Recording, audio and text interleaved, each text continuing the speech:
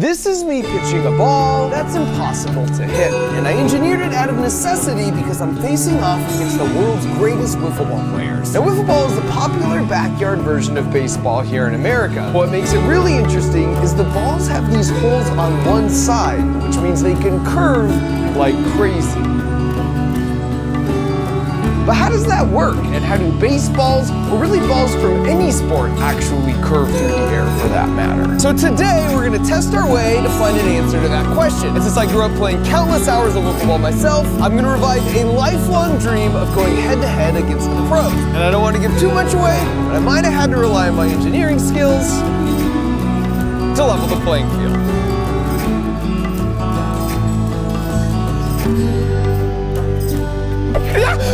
Now, the whole idea for this journey of discovery started with an impromptu visit to my childhood home in Brant, California. Last time I lived here was over 2 decades ago, so I'm just gonna go ambush him. I want a tour. Hey, what's up? I'm Mark. How are you? Good, how are you? Good. I used to live here. Oh, word got out. So after meeting the whole family, they were kind enough to let me take a walk down memory lane. Oh my gosh. If these walls could talk, you know? I used to keep my micro machines right in this little cabinet here. Up there on the roof is where me and Scott Glacier used to throw water balloons on my sister and her friends sunbathing down here. That's an option for you kids. I also took the chance to confess that all the holes in their metal shed were errant shots from a homemade crossbow I fashioned in 8th grade. There was a target. Wasn't very good at it, apparently. But what made me most happy to hear is how all the neighborhood kids still played out front all the time. Because while that may look like just a street to some, for us it was a soccer, hockey, basketball, and baseball stadium where long-forgotten neighborhood legends were born. Where each game always felt so big, and the only thing that could stop us was when the streetlights came on, signaling it was time to go home for dinner. And to my absolute delight, they let me hop in the game. I'm gonna go ahead and call it right out of the gate. And look, I'm not gonna say it myself. Ah! But were there some murmurs that Mark, the long ball legend rover, had returned?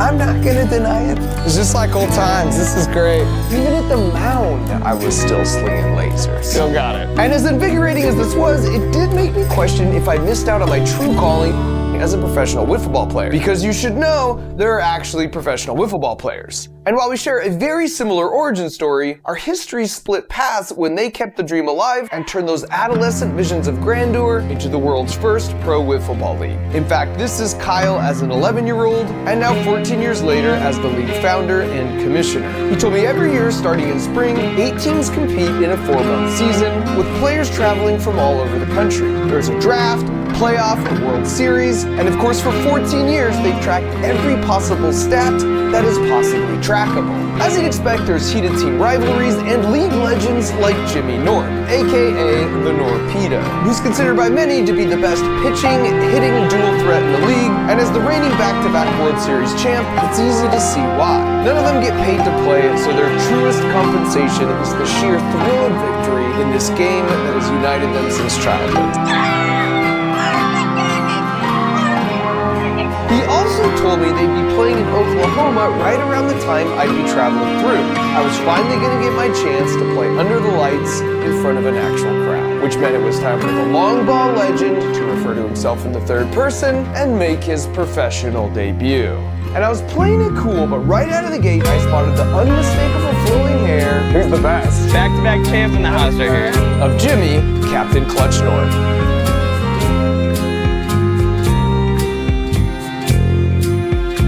This was definitely the big leagues. So how many per team? We like to do 3v3. So we divided up into teams, and it was game on. All right, here you go, Jimmy.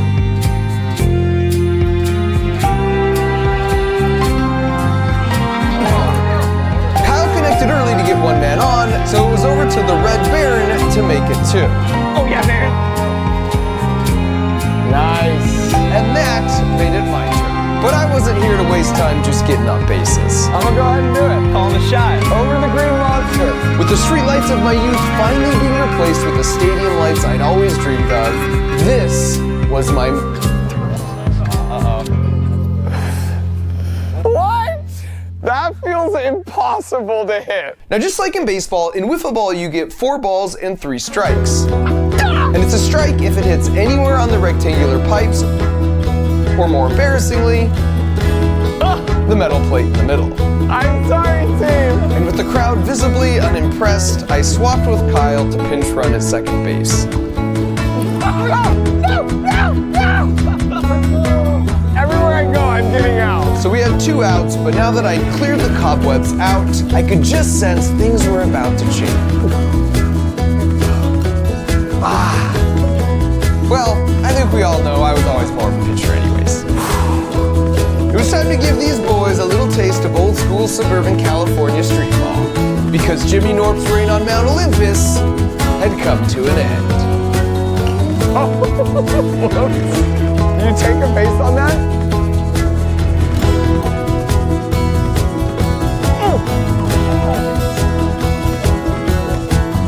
And with that absolute dinger to center field, Captain Clutch had struck again.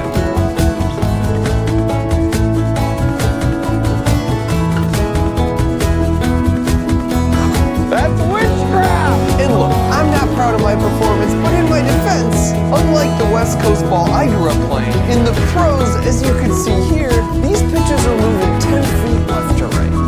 It's like the ball had propellants, and it makes it nearly impossible to figure out if it's a pitch you should swing at, or a pitch you should duck from, or perhaps both.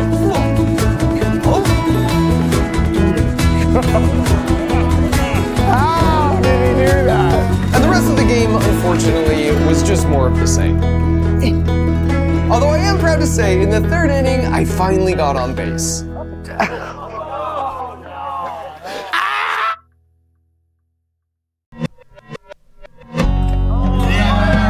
And so despite all my best efforts, they narrowly edged us out for the win. This was not how it was supposed to happen. It was going to be a long plane ride home, but truthfully, a plan was already forming in my head to science the crud out of this and use my engineering abilities to level the playing field. And step 1 was to fly Ginny and Kyle out to Crunch Labs to study exactly how they can curve a ball as much as they do.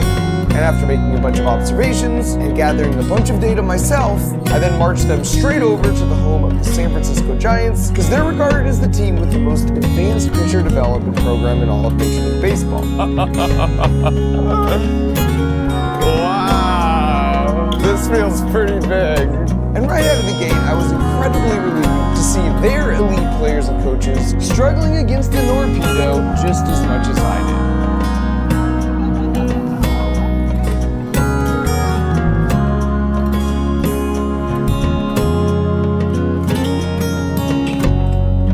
But then it was into the clubhouse for the real purpose of the trip, to meet with Brian Bannister, whose deep understanding of the science behind a spinning baseball is sort of their secret sauce for developing all these great pitchers. And he's got the hardware to show for it. When you use these concepts, you win World Series. And so after that, I was feeling pretty good about my handle on how exactly they were making the ball curve. But as final confirmation on my suspicions, we also met up with the Stanford baseball team to run one last test with a normal baseball versus an identical one that was just missing the seam. And as a further point of indication, I'm happy to report their nationally ranked batters also fell victim to Kyle and the Norpedo. And so after my extensive data collection, research, and interviews, here's the answer as to how any sort of ball curves through the air. And it starts with a riddle. Let's say you're an astronaut on the space station and you go out for a spacewalk to fix a solar panel with your big wrench, and as you're heading out, you get distracted by the view and miss grabbing the handle, and now you're very slowly drifting away. What do you do to save yourself? And you might say, well, you just sort of swim your way back. But in zero gravity, as demonstrated here by an actual astronaut, you can flail your arms all you want, but your center of mass won't actually move. Alright, so did you think of the answer? The trick is you throw the wrench as fast as possible in the opposite direction, and that will give you just a little push to slowly move you back to the space station. And this makes intuitive sense, right? Like if you're on a skateboard and you throw something heavy to the right, you're gonna move back to the left. Hey! You got one job! Well, this is exactly how rockets move around in space where there's no air. They create a chemical reaction from their fuel to make a lot of tiny wrenches, and they just throw them out of the back really fast, and the rocket naturally has to go the other way, just like you as an astronaut. So that's one thing you need to know. And the other is the Coanda effect, which states that fluids like to curve and flow around a smooth surface. You actually already know this if you've ever noticed how water will flow around a curved spoon. Well, air is also a fluid, and so it curves just like water, as you can see here, because the strings are following with the airflow as it turns the round corner on the Frisbee. Okay, so now let's put those two concepts together. From the ball's perspective, air is rushing past on the top side here and curving around really nicely because the rotation of the ball matches great with the airflow. But on the bottom side, they're opposite. So there's sort of a head-on collision with the air rushing by, creating turbulence. That means more air curves around the top, which means more little air wrenches are thrown diagonally down, and as a result, the backspun ball moves diagonally up, just like the astronaut, causing it to curve up. The fancy term for this is the Magnus effect, and big light balls like beach balls are great for demonstrating this effect because they have lots of surface area, so they throw off lots of wrenches, but they're also really light, so the air wrenches have more of an effect. And now that you know this, you know exactly what causes the curve on tennis balls, soccer balls, ping pong balls, record-breaking basketballs, golf balls, and baseballs. With the baseball, the seams help grab even more air wrenches as the ball spins, but they also provide the pitchers a better grip so they can spin the ball even faster. Our normal versus smooth ball test confirmed this when the normal baseball with seams was curving so much more. By the way, this same principle is how Frisbees seem to defy gravity, because air curves over the smooth edge, throwing wrenches down all around, turning it into a freaking jetpack. Now, having said that, you should know that the wiffle ball is very similar, yet slightly different than all of those. As long as you scuff up the side with the holes, which is something all serious players will do, then by comparison, this side is now much smoother. That means the air has a much easier time curving around like water on a smooth spoon, throwing down the air wrenches, causing the ball to lift towards the smooth side. And sure enough, when we check the high-speed footage, we see that in every case, the ball is curving towards the smooth side and away from the holes. So now whenever you see a ball curving, just think of tiny little astronaut wrenches flying off the back of the ball as it spins through the air. And now that I knew their secrets to ball curvature, it was time to use that knowledge to engineer some sweet revenge with an 18-second build montage.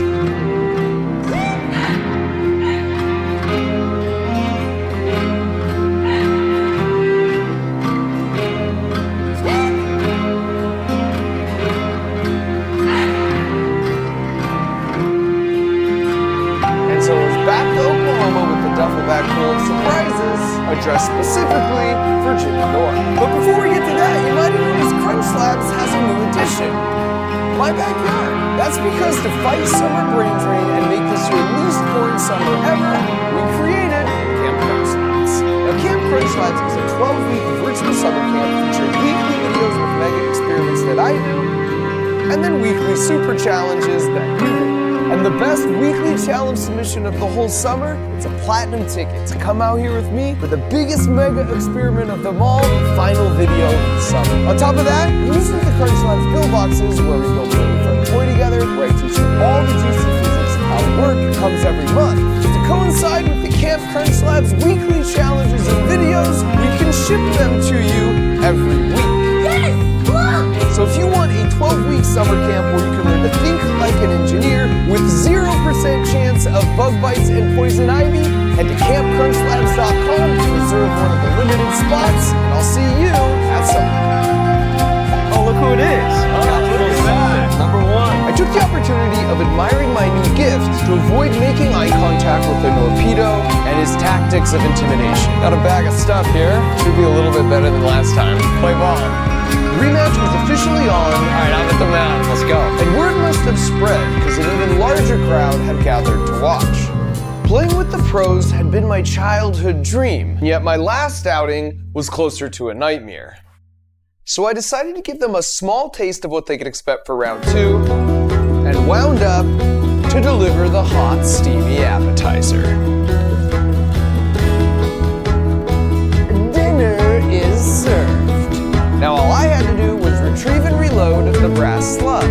Because if you preload a brass cylinder against a spring in a 3D printed ball like this, and then take apart a $1 kitchen timer and harvest the geared mechanism, then when you wind up the wiffle ball hemispheres, you get a 1.5 second delay until this screw rotates and releases a spring-loaded plug, just like an astronaut wrench. And that alters the trajectory in midair, making it impossible to predict where to swing. And as you can see, Unpredictability is a pitcher's best friend. Unfortunately, after just 2 strikes, they found my Achilles heel and rendered the ball useless. Which is exactly why you always have a backup plan. Oh, just missed the strikeout. This one used the same kitchen timer geared mechanism, only this time the 2 wiffle ball hemispheres were preloaded against each other with the spring. So after the 1.5 second delay, your hitting options went from 1 good one to 2 bad ones, which was just enough to secure my very first strikeout. Unfortunately, crafty Norpedo deduced correctly that by simply stepping forward, they could make contact before the ball had time to split. Which meant it was time for the backup plan, the wiffle copter. And you might think now I'm just being a bit cheeky, but I did a thorough reading of the rules and it's a strike if it hits anywhere on the pipe or metal plates above the 2 legs. But it makes no mention of front or back. Let's go. Exploiting loopholes. Unfortunately, my smugness was short-lived, because you don't become a professional wiffle ball player without a tremendous amount of hand-eye coordination. So with 2 runners on, it was time to level things up with this 3D printed, triple 10,000 RPM flywheeled monstrosity of a personal pitching machine, aka the Demogorgon. Now the Demogorgon is calibrated to launch his cruise missiles at just under the 74-mile-per-hour speed limit on pitches in the league. The only problem is that kind of speed requires a lot of flowing electrons, and battery power soon became a concern. And that's just not a position you want to find yourself in with Captain Clutch at the plate, sadly giving them the first lead of the game. And I was concerned things would start to get away from me, but thankfully, Jimmy can't take every at-bat. And after a pop-up and a routine catch by the Red Baron, I'd survived the first inning with only 1 allowed run to show for it. For the first time, I was feeling good about our chances, which meant it was time to show the world I was more than just a pitcher.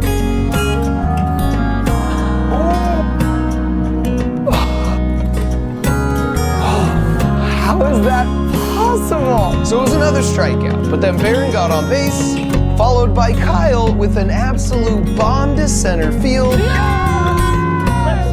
Straight over the green monster, which meant suddenly we were up 1-2. For the first time ever, we were in the lead, and at this rate, yeah, I struck out, but we were still winning. And with the final play of the inning, Barry capitalized on a bad throw to second for a potential inside the park home run. But there's a Major League Wiffle Ball rule where the strike zone doubles as the catcher. So if you don't beat the throw home, then you're out. And heading into the second inning, I was fresh out of batteries, so we had Kyle take them out. And after 2 strikes, they got on base. Or at least they would have if first base didn't go rogue.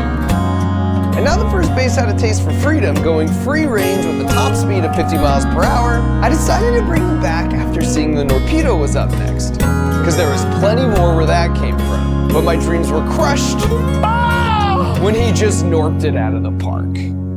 Oh, come on! Come on! Boo! And now the game was tied, and Jimmy had clearly demonstrated he's a sore winner. On the next play, they hit one deep and were threatening to score again, but I had a short-circuited first base that needed some avenging.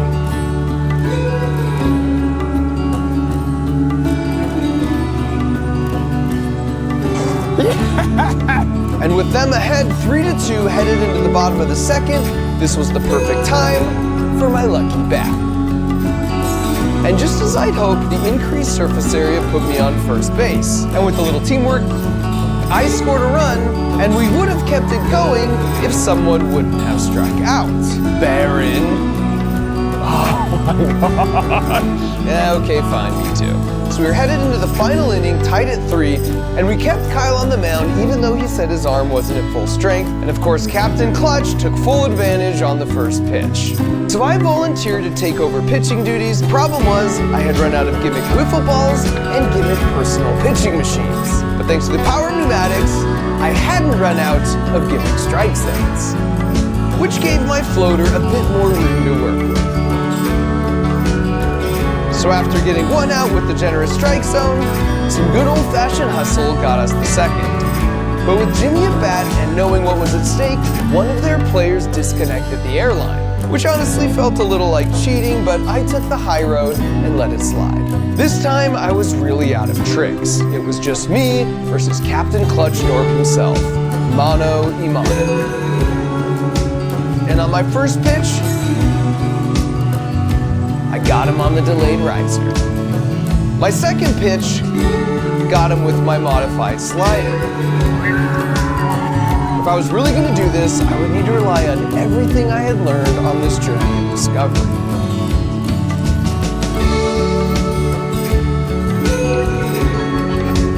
And that was strike 3. I had struck out the world's greatest pickleball player. And earning that subtle nod of mutual respect from the torpedo sort of felt like a Michael passing the torch to Kobe type of moment. And down by 1 headed into our final at-bat, it lasted about as long as it took for him to get me striking me out again. That wasn't cool. Now the game wasn't over yet, but instead of the 2 runs we needed to win, we quickly got 2 outs. But Barron kept our hopes alive with a base hit. And by some absolute miracle, I finally got a real hit, fair and square. Oh yeah, go Mark! Which put me and Barron on second and third. Let's go! So it all came down to Kyle. And as soon as I saw contact, I knew it wasn't enough to clear the wall. So I started my mad dash with my sights set on home plate. It was a risky move, but I knew it would mean victory for our team. With Jimmy taking the cutoff at second, the gauntlet was thrown. His arm versus my legs. No more tricks. Okay, well maybe just one more. With a blast of air at 100 PSI, their catcher was nowhere to be found, clearing my triumphant return to that most beautiful of white rubber pentagons.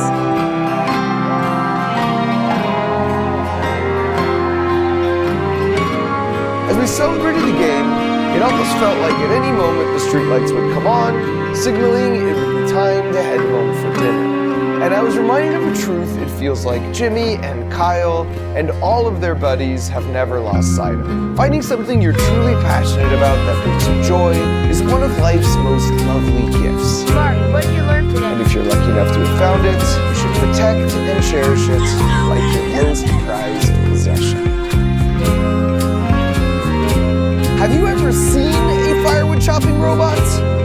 Well, now you have. And while he can chop more than just firewood, his Jenga skills are severely lacking.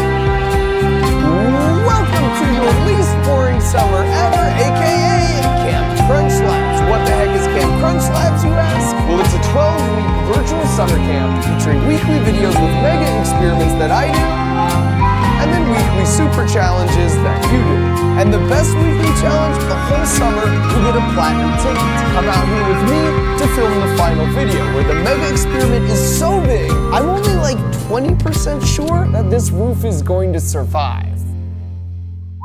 On top of that, usually the Crunch Labs build boxes where we build a really fun toy together and where I teach you all the juicy physics of how they work comes every month. But to coincide with the Camp Crunch Labs weekly challenges and videos, we can ship them to you every week for 12 weeks straight. So don't spend summer super bored forgetting everything you learned in school last year, and instead come to Camp Crunch Labs where you'll have a blast. Growing your brain in delightful ways as you challenge yourself and learn to think like an engineer. Now, if you're already a Crunch Labs subscriber, don't worry, you get all this for free. But if you haven't somehow subscribed yet, then this is the perfect chance to visit campcrunchlabs.com or use the link in the video description to reserve one of the limited spots, and I'll see you at summer camp.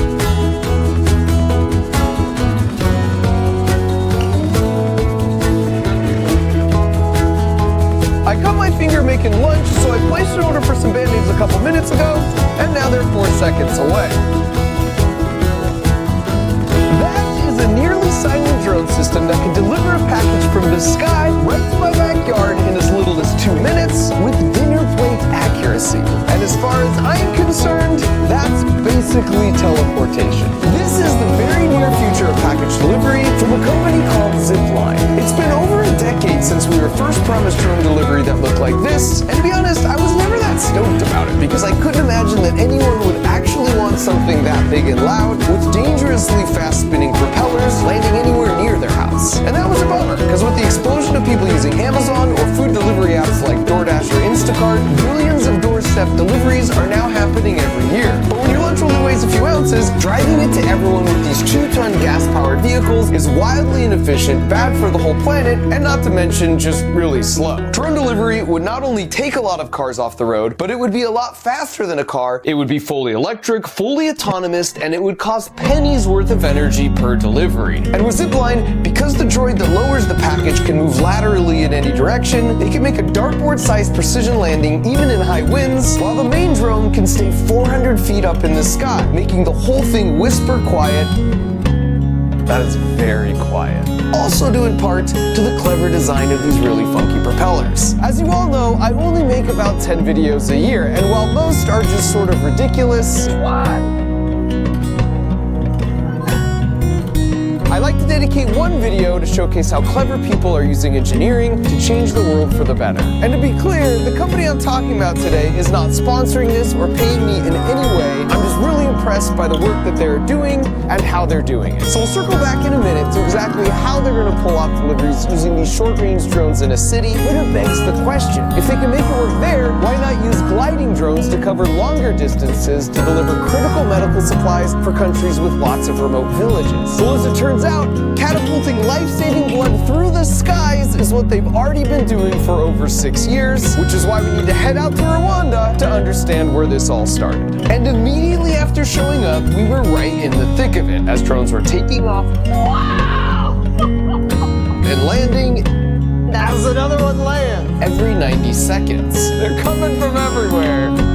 And as a newcomer, it felt a bit chaotic, but if you're gonna rack up 40 million miles worth of drone flights, your team needs to be operating with the efficiency of an F1 pit crew. So here's a crash course on how it all works. It all starts with an order coming in from a doctor at a hospital, say for example for an emergency supply of blood. Then once it's all packed up, it gets passed out to be placed in the belly of the drone, and then the whole thing is placed on the launcher. At that point, they attach the wings and secure the battery, followed by the nose cone. Then after some pre-flight safety checks, they launch the drone, all within 90 seconds of the order coming in. The catapult launcher takes the drone from 0 to 65 miles an hour in a third of a second, which is literally less time than it takes you to blink. And it's a pretty clever design too, because it means the drone immediately starts at its cruising speed, where it takes much less energy to stay airborne. Then once it's in the air, cruising at 70 miles per hour, it navigates its way to the hospital, and upon arriving, opens the trap door to drop the package, which lands safely using a parachute. Having now completed the mission, it continues making all its own decisions to autonomously navigate back home from as far away as 150 miles round trip. Then taking inspiration from an aircraft carrier, as the drone approaches, the military-grade GPS broadcasts its position within 1 centimeter, so these two poles know exactly when to swing up at the last possible moment,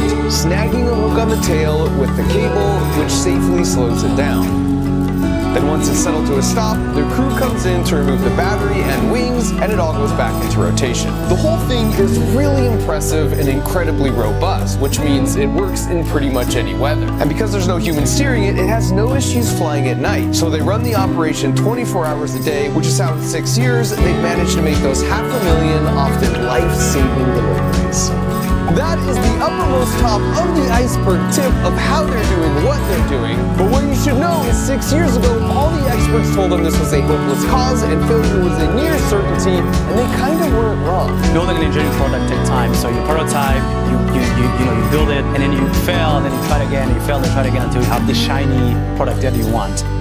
This is a different type of aircraft. This is not what we had. The first one used to land on these inflated mattresses. The vehicle had a hook on the back, you had the tail. Yeah. The tail would deploy like an aircraft carrier. Yeah. And then the fishing pole would pull it, and it would land on the mattress. First of all, he's not saying that figuratively. They were scrappy in the early days, using actual fishing poles as you can see here. And secondly, this is Abdul. And what you should know about Abdul is he grew up in Rwanda, not far from where these drones are launching. And while he would eventually go on to do graduate work in robotics, attending both Stanford and Harvard, he got his start in engineering for much more simple needs. I remember that I would make cars from milk boxes that was left over. We would add tires there and use it as a car. Abdul was orphaned as a child when he lost both of his parents and all 3 of his siblings in the Rwandan genocide, narrowly escaping himself.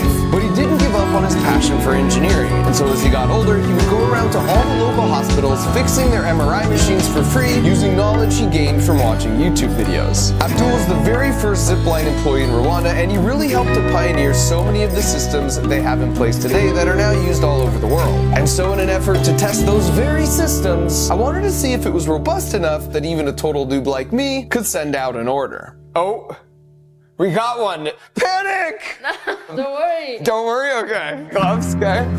Good enough. This is where the blood is, right? Open. It's O positive. I feel like I shouldn't be touching this. Stay calm, that's the #1 rule. Now you scan. Scan it, Use these gloves. like this. 5, okay.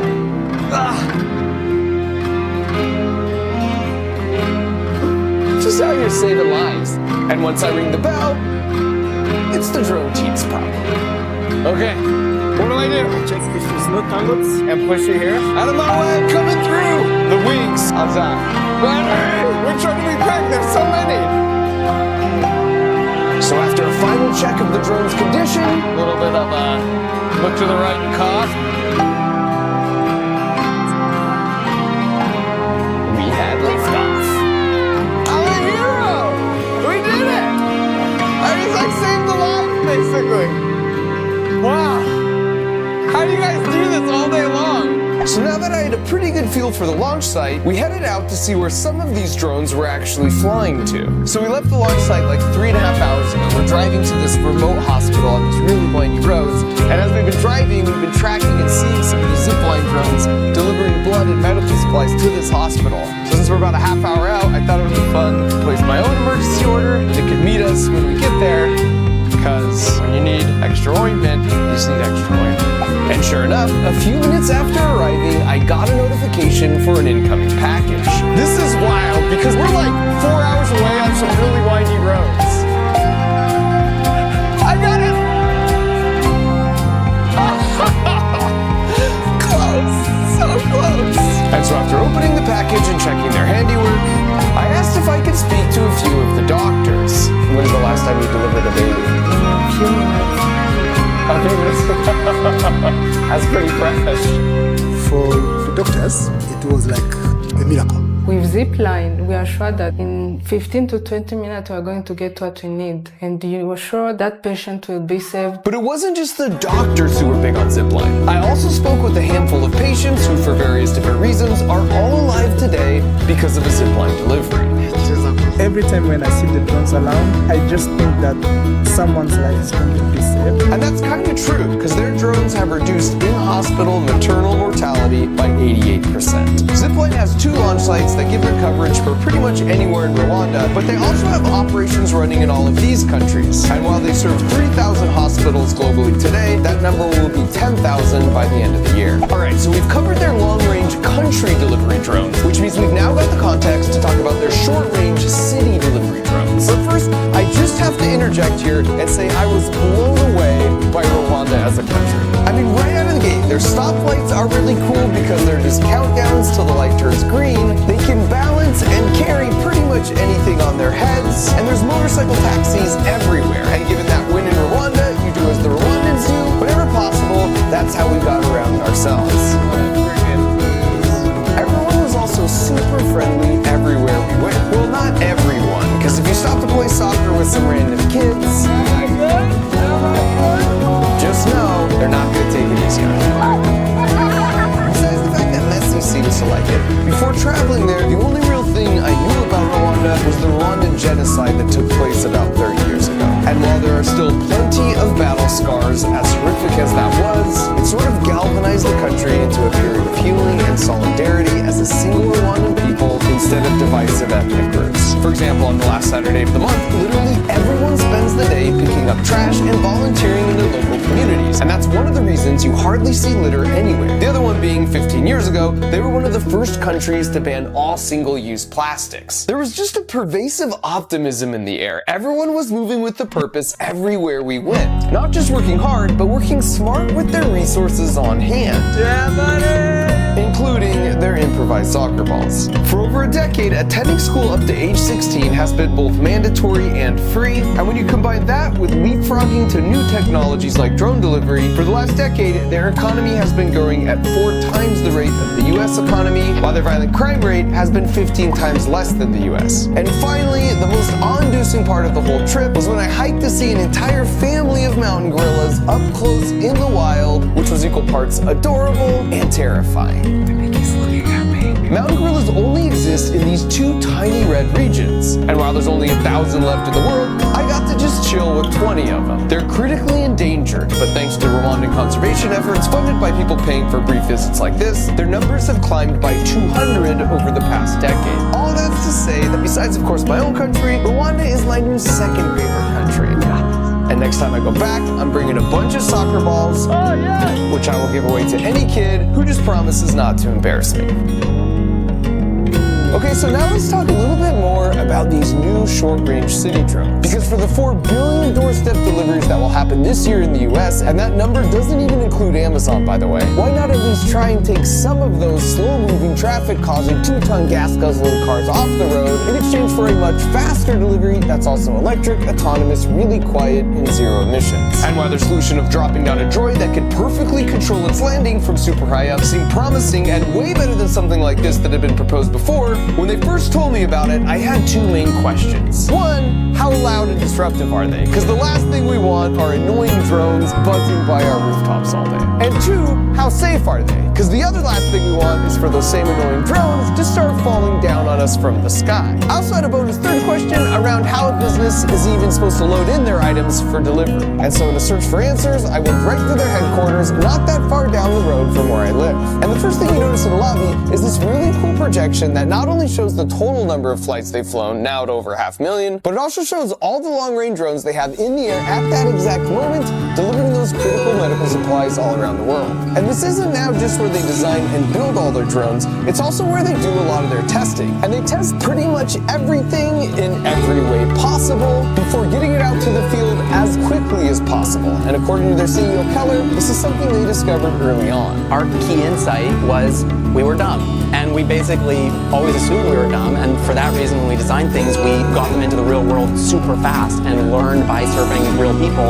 And you learn so much that you can't learn in a lab or in an ivory tower. And so before we actually hear just how quiet these things are, I just want to echo that all the best engineers I've ever known have had that same level of humility, knowing there's no better way to learn than to test and to break stuff. That's why I named the toy company I started that has the express goal of teaching kids to think like engineers, Crunch Labs. It's because things are supposed to crunch and to break and to fail along the way, and so if I could get them to do more than just passively watch a video, by building something alongside me while we talk about the physics of what's going on, then I know the principles will really sink in. So if you want to have a ton of fun while building up that resiliency in your brain like a muscle, just head to crunchlabs.com or use the link in the video description. Alright, so to answer my first question on the noise level, I'll just show you my actual reaction to the first time I heard it. I mean, I hear something that I cannot believe that's airborne. Are you serious? And I just wish there was a better way to convey this on video, but here's my best attempt. You'll first hear a leaf blower, then a typical Hada drone that weighs 1 pound, then their drone that weighs 50 pounds. And of course, I've kept the audio levels completely untouched for all 3.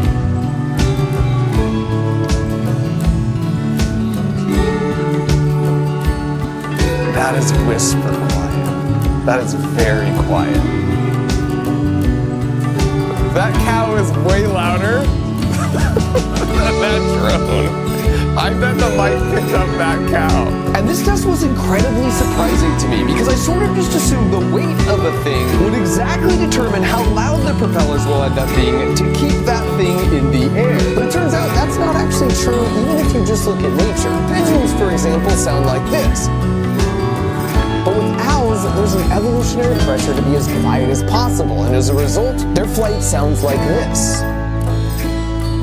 For this reason, to crack the code, Zipline actually did turn to nature. I study the hummingbird a lot, where you have, sure. they have the worst case, they're tiny and they're really quiet. They just like hover there, you barely hear them. By the way, that's Keenan. He's another Zipline co-founder, and for you robotics nerds, he's the dude who invented ROS, which is the open source software used by basically anyone who wants to build anything robotic. So in an effort to try and visualize the secret of their quiet propellers, in this graph, the area under the curve could represent the energy from one of those annoying high-pitched hobby drones, where the closest of these spikes is the high frequency that's just sort of grating on your ears. So after studying the hummingbird and designing really wild-looking rotors like this, Zipline figured out how to take those spikes and flatten them all out. So while the extra weight means there's still more energy or area under the curve, getting rid of all the spikes means it's much more of a constant whooshing sound, more like white noise that your brain just sort of doesn't register.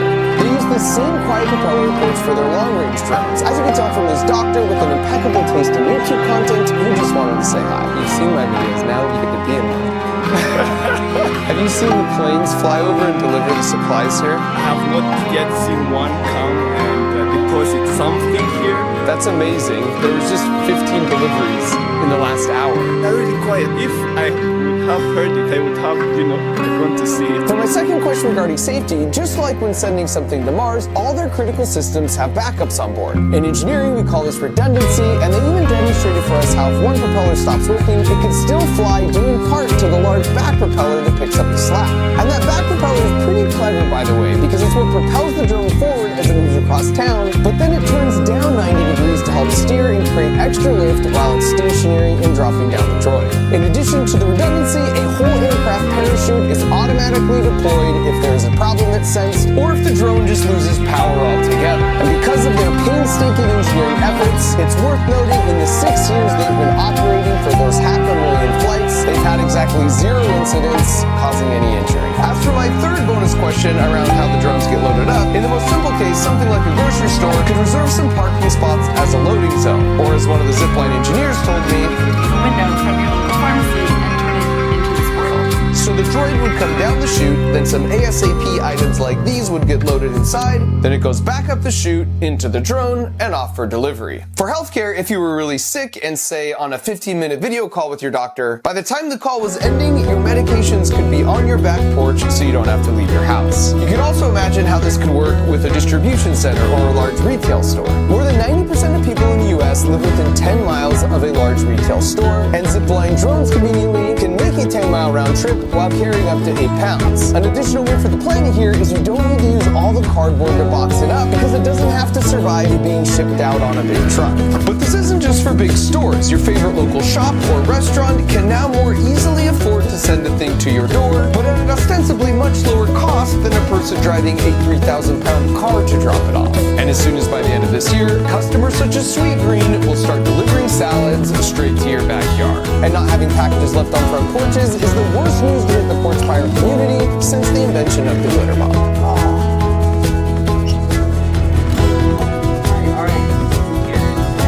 Alright, so if your mind isn't already blown, let me try one final time. I'm planting a seed for something we might see much further in the future. And to be clear, this is not at all from Zipline. It's just an idea that won't leave my head after seeing all this, because it stands to reason if the system can work for packages, it should be able to work for humans, right? In other words, imagine a bigger drone. Let's say it's an ambulance with more powerful but equally quiet propellers parked so high up in the sky you can hardly see it. Then it lowers the entire cockpit like the drone, which could quietly touch down in your driveway. So you hop in or they put you in on the ground, then it reels you in so you can glide above roads and traffic straight to your destination, only to be dropped off safely in the same manner. Alright, so finally, I just want to wrap up with the coolest part of all of this by far. The whole time we were there, kids would be lined up at the fence to watch the drones be launched and captured over and over. In fact, one kid came up specifically wanting to show Abdul what he'd built completely on his own. And in that moment, it was impossible not to compare the complexity of this build to the simple milk carton version Abdul grew up making.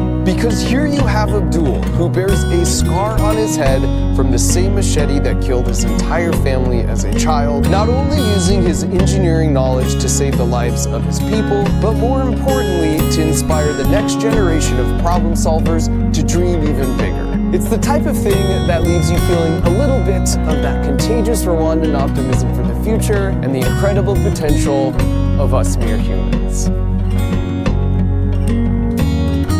In the future, your Crunch Labs box just might come from the sky. And the best part of Abdul's story is how, using the superpower of engineering, they literally willed something into existence that is now saving lives. And as it says on the box, my goal with Crunch Labs is to help you think like an engineer. That means you know how to think critically and break a problem down into manageable steps. Thinking like an engineer makes you a better soccer player or piano practicer or math studier because you're resilient. And just like Abdul, you know the importance of failing a bunch before you finally hit that breakthrough. So the way it works is every month a really fun toy comes in a box like this, and when you open it, there's a link to a video where you not only build it alongside me, but I teach you all the juicy physics principles behind how the toy works. And the best part of all is each month we randomly select one box to slip in a platinum ticket, and if it happens to be your box, then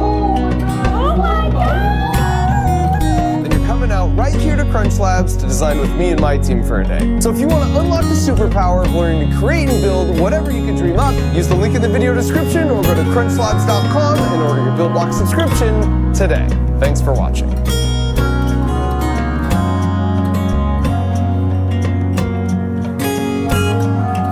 This is me subjecting my body to science, oh my gosh, by letting a bed bug eat me. That's my blood! Because for 4 years now, I've been wanting to make this exact video taking a deep dive, into the fascinating world of bed bugs. There's a lot of fear and myths out there regarding dealing with bed bugs, and today we're going to debunk nearly all of them, heading out in the field with the experts and running some experiments.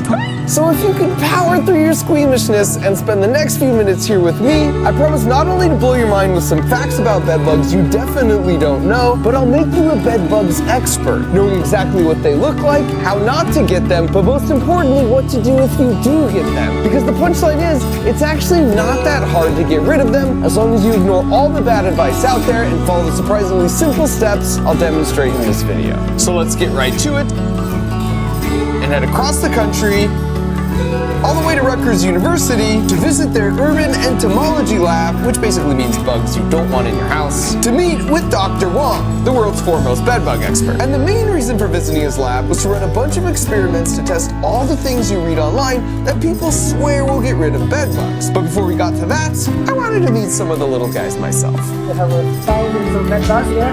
The incubator, everything more than 20,000. Oh my gosh, this is like the Fort Knox of bedbugs. Okay. Can I pick up one of these? Sure. Okay, I cannot drop this, I feel like. This one probably has 400. 400 or 500 in this? I'll open it.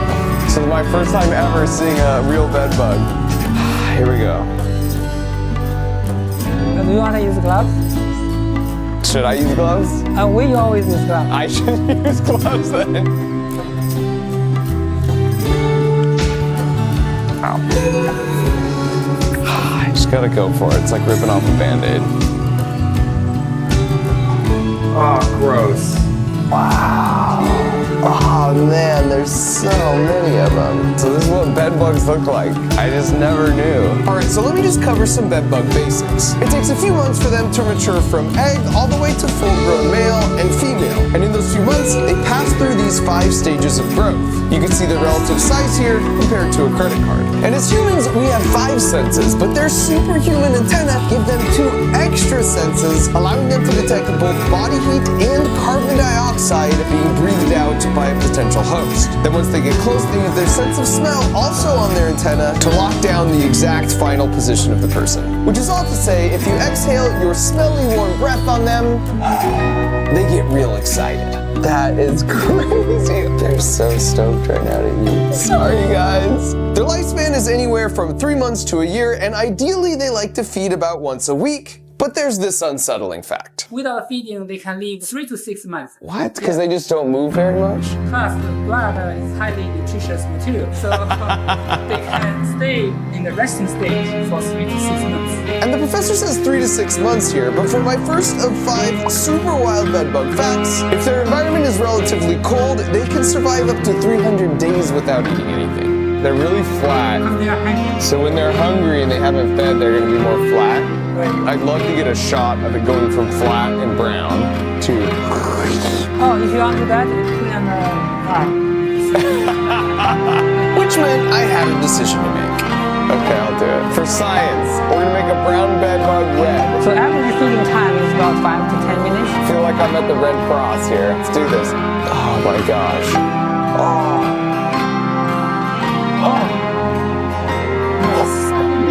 It's already feeding? Yeah, it's feeding. So right now I feel nothing. So you're not very reactive to the bugs. The butt's sticking up in the air now. Wow, yeah, it's getting bigger.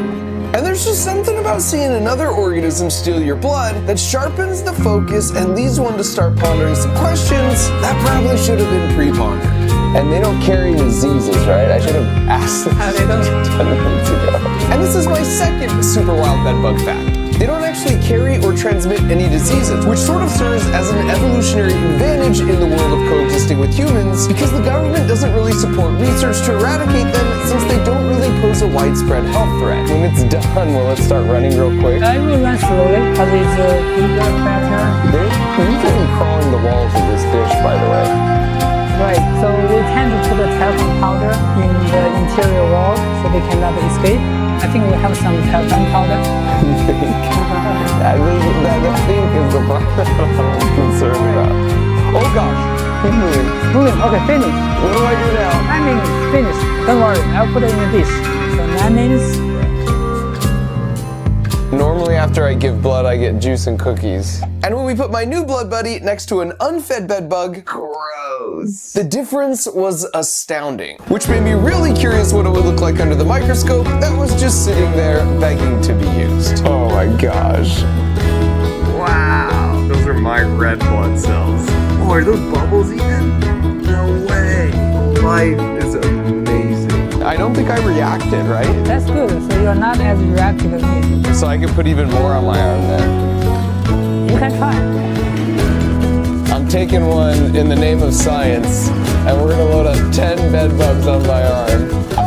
That's 1, 2. We've also put some DEET, which they don't like, to kind of make a barrier so they stay in the middle. This is like Thanksgiving. There's one down there. Can you get that one? Please. 7. Oh, I can feel them bite. Like if I don't look. 9. 10. Okay. 11. I said 10, Professor. 1 bonus. Oh, that one's turning red already. Could you imagine just some people have a bad infestations every night? Like, this is what their life looks like. They can get down to the size. A night? Yeah, nice. They're getting bigger and bigger by the second. Oh, you better not start making them. This one finished. I don't like your attitude. Let's get rid of this guy. Professor. As they finish, I vote them off the island. I don't want them crawling up my arm. He's full, and you're off the island. Oh, and you're off the island. And he's done. Peace. Down to 2. This is like a Mr. Beast challenge. Last to leave the arm was a gallon of rabbit blood. Oh, we have a winner! Who gets dead? Oh, there he goes. And so once again, by way of comparison, here are the 11 bed bugs that just spent some quality time with me versus 11 unfed bed bugs of similar ages. All right, so they're all done feeding. There was 11 total. It took about 10 minutes, but I would have no idea they just made a meal out of me. Like, I felt a tiny prick on one of the 11, but other than that, like, it's a tricky little parasite. And I'm not alone. Half of all people have no reaction to a bed bug bite, whereas the other 50% of the population will have some kind of reaction to their saliva that will look something like this in the morning. So having survived the bloodletting, it was time to run our experiments and head into the vault sealed by the huge wooden door. All right, so we're here in the bed bug test chamber. We've set up a bunch of tests in here. So for example, these 2, we have these dishes. Basically, they can climb up the wall, then they get stuck in this trough. It's too slippery to climb out. Inside each of these troughs, there's a little vial of this good smelling stuff that the bed bugs smells like a human. So they're gonna go to either one of these. So this one in this corner is a control, whereas in this corner, we have an ultrasonic pest repeller. So we wanna see if this actually does anything or not. So at the end of 24 hours, we'll come back, we'll count the number of bed bugs in this dish, versus this one, there's way more in the control.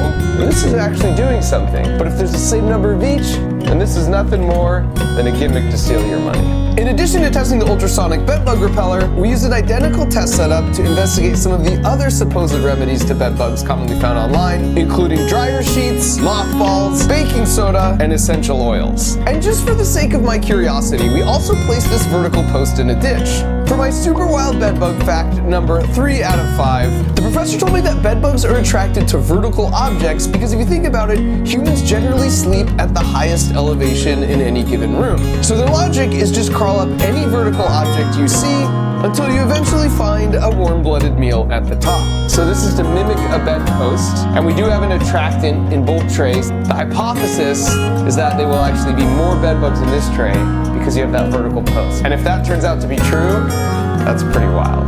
And in addition to those 6 tests, we set up some residual effects tests where we treated a surface with each of these 3 products you could buy at the local hardware store, specifically marketed to kill bedbugs. And then finally, we tested this fogger spray, also specifically designed for killing bedbugs.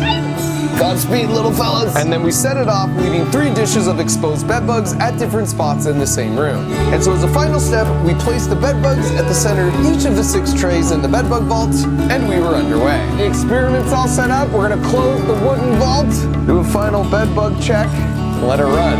And now that the experiments were running, Professor Wong invited us to join him on a research visit to an apartment building nearby that had been receiving frequent reports of bedbugs. So him and his team were going out to collect some samples and to try out some new treatment approaches. And after entering the apartment, it didn't take long to find our first culprit, the bedbug here, which the professor told me was dead, when in fact, he was just a good faker. By the way, this is a bit of a warning that some people might find the next few minutes a little gross, so skip ahead a bit if you just want to see the results of the test. It turns out 1 in 1,000 houses or apartments have bedbugs in the US today, which might sound bad, but for my super wild bedbug fact number 4, before 1950, it was 1 in 3 houses that had bedbugs. Hence the origin of the saying, sleep tight, don't let the bedbugs bite.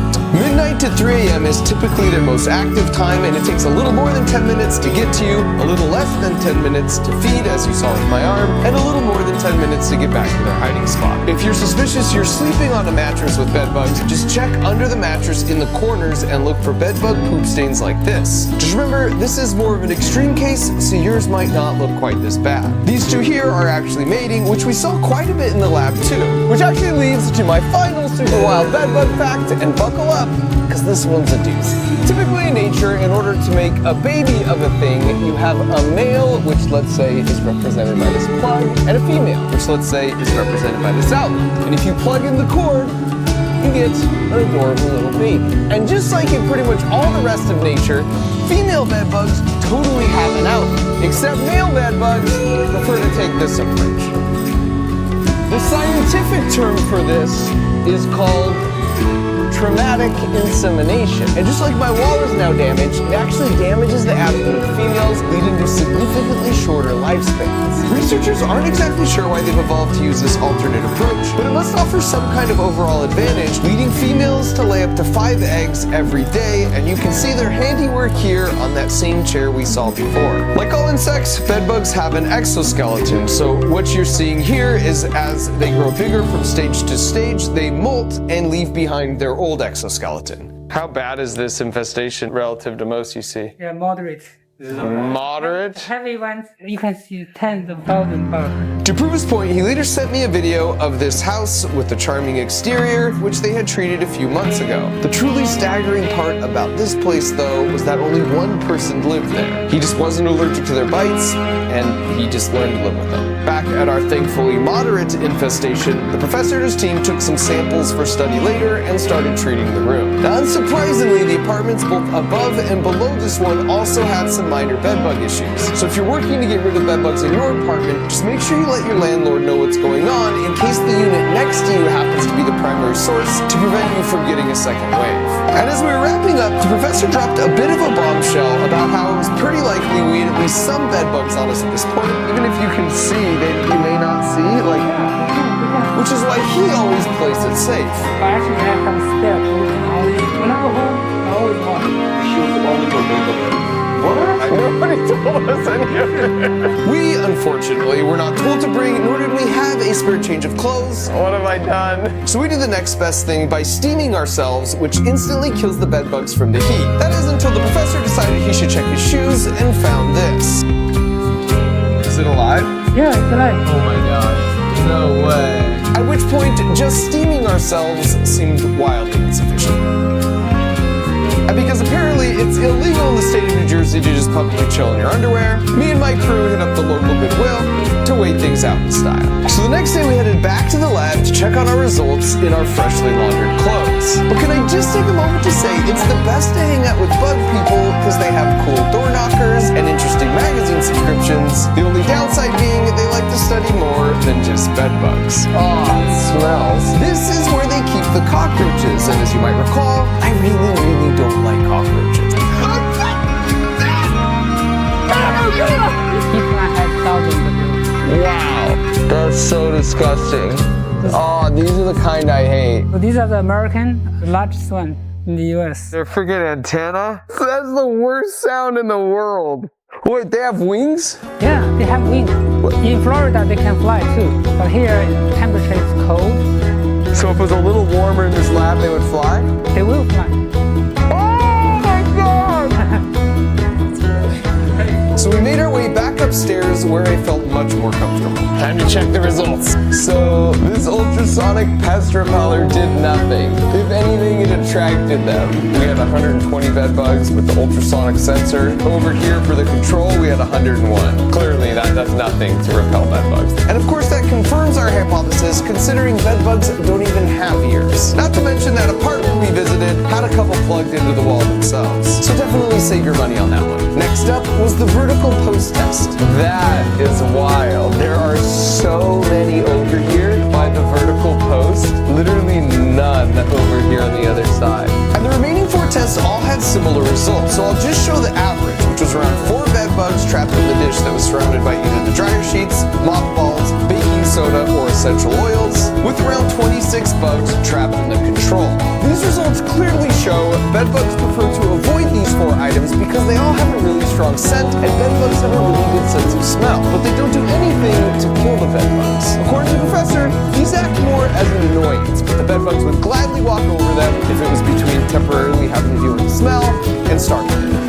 As for the residual effect test with the pesticide specifically engineered to kill bed bugs, it was even worse news. The spray, aerosol, and fogger bed bug killers all killed about 12% of the bed bugs after 10 days. And before you go all glass half full and think, well, 12% is better than nothing, our control, which was just water, also had a 12% mortality rate, so it's literally not better than nothing. According to Professor Wong, part of the reason for these terrible results is that many strains of bed bugs have developed immunity to a lot of these chemicals over the years, and he thinks in 10 years, all bed bugs will be immune. And this sort of makes sense because they're constantly undergoing localized mass extinction events when people try and spray them. And only the most hardy minorities survive each time and pass on their increasingly pesticide-resistant genes. There were some chemicals that on average were effective in killing about 50% if you sprayed the bed bugs directly. But if they were just hanging out in the area you sprayed later, it's once again the same as water. The problem with this is you'll only ever see a small portion of the bed bugs you actually have. So direct spray pesticides are sort of pointless if your goal is to eradicate the entire population. That's the bad news. Now here's the good news. There was a superstar in our test,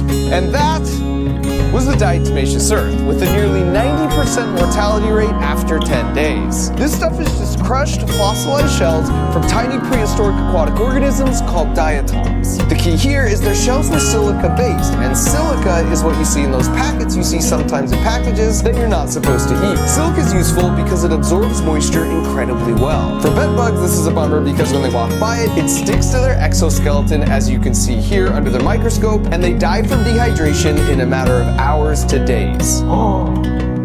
We're eating lunch right after this, which is a bad idea in hindsight. The best part here is they end up transferring this to each other back in their hiding spots. And since every organism needs water to live, they can never develop immunity to it. There's also one more bit of really good news, and that's bed bugs die at 122 degrees Fahrenheit, like instantly. This is also 100% effective, and there's no way to build immunity to it. And a really easy way to get a bed bug to 120 degrees, as we demonstrated earlier, is with a clothes dryer or a steamer, or if you want the nuclear option, you can work with professionals to heat your entire house to that temperature. Now that we have a better sense of what does and doesn't work, let's talk about what to do if you actually get bed bugs. And the first thing to point out is the best way to get rid of them is to not get them in the first place. And the most common way people get bed bugs is through traveling. So when you get to your room, here are 3 simple tips. First, pull back the bed sheets and check the corners of the mattress now that you know what to look for. Second, don't set your suitcase on the bed or the floor. Instead, set it on the luggage rack, or if for some reason you feel like you need to be extra cautious, the bathtub. And third, don't put your clothes in the hotel drawers or leave them just lying around. Whatever you're not wearing should just stay in your luggage or hanging up on the hangers. Alright, so you were super careful with staying in the hotel on travel, but then you got back and bought that couch on Craigslist for a smoking deal, and now you got bed bugs in your home. In Professor Wong's experience, you don't actually need to spend $4,000 hiring an exterminator, as long as you know there's 3 steps for defense and 3 for offense. First step for defense, you put your bed in a bag. You can buy these mattress and box spring encasements off Amazon, and once you zip them around your bed, basically seal in any bed bugs currently living inside. Just remember, they can live up to 300 days, so you can't take it off for a year. And they not only trap in any current bed bugs, but they also remove all the mattress hems and clever hiding spots they love to use. Number 2, your clothes dryer. Wash and dry your clothes and sheets at least once a week. More often doesn't hurt. Importantly, you want to wash them in hot water and dry them on the highest heat setting because it's impossible for them to survive this. Number 3, simplify and declutter. Simplify the room to take away any hiding spots by putting clutter into plastic bags or totes. They aren't interested in clean clothes, but dirty clothes smell nice to them, so it's good to also store those in a plastic bag or tote until you're ready to wash them. Also, move your bed away from the wall so the only way they can get on the bed is by climbing up the legs. So that's the 3 steps for defense. Now for the offense. Number 1, vacuum. Make sure you vacuum the bedroom floor and the bed area once a week. Just be sure to empty anything you've collected into a bag and into the trash. At number 2, we've got diatomaceous earth, which, as you recall, was the superstar from our tests. You should definitely apply this around the bed, but it's especially useful in penetrating the cracks and crevices close to the bed, including around and behind power outlets. The key is applying just a light dusting like this. If you leave it in clumps, it will actually backfire and not be as effective because they'll just navigate around it. And finally, at number 3, we've got steam. A simple clothes steamer like this will do the job. And I think it's great that with all the years and money spent on creating all these synthetic pesticides, the 2 most effective methods for killing bed bugs are just crushed up rocks and really hot water, which are by far the 2 most simple and natural. Use a steamer all around your bed once a week, but if you find something you want to treat you can't steam or put in the dryer, you can put it in a bag and then put it in the freezer for 3 days, and that will also kill them. Professor Wong said if you have a small infestation and you just notice them, then using these 3 defensive and offensive steps will totally take care of the problem without needing to spend money on an exterminator. However, if you've got a lot of bed bugs and you've had them for a long time, then getting professional help is probably a good idea. The entire house heating option takes about 8 hours, and it's the most surefire way to totally eradicate every bed bug along with any eggs all at once, but it can cost up to $4,000 depending on the size of your place. Now that you're playing both defense and offense and things are looking good, stick these traps under the bed legs so you can monitor and have some peace of mind that they are in fact totally gone. Alright, that's it. You're a bed bug expert now. I'm hopeful that at least some of you will have a renewed appreciation for the fascinating natural world around us, and everyone else can just congratulate yourself on making it to the end while soaking in a bathtub of Listerine. This is the world's largest Frisbee launcher! And I invited my nephews out to demonstrate just how much more accurate it is than their near-human selves. Wow! And that Frisbee launcher, of course, is just a scaled-up replica of this handheld version, which also happens to be insanely accurate with all 6 rapid-fire shots. Then there's this coin spinner that also gives you superpowers. This time you spin a coin better than any near-human. And then, of course, a mega version, which I also used to dominate my nephews.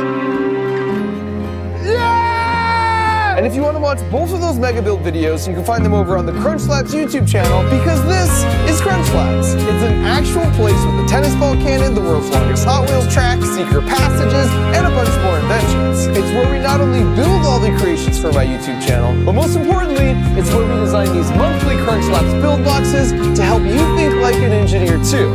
It says it right there on the box.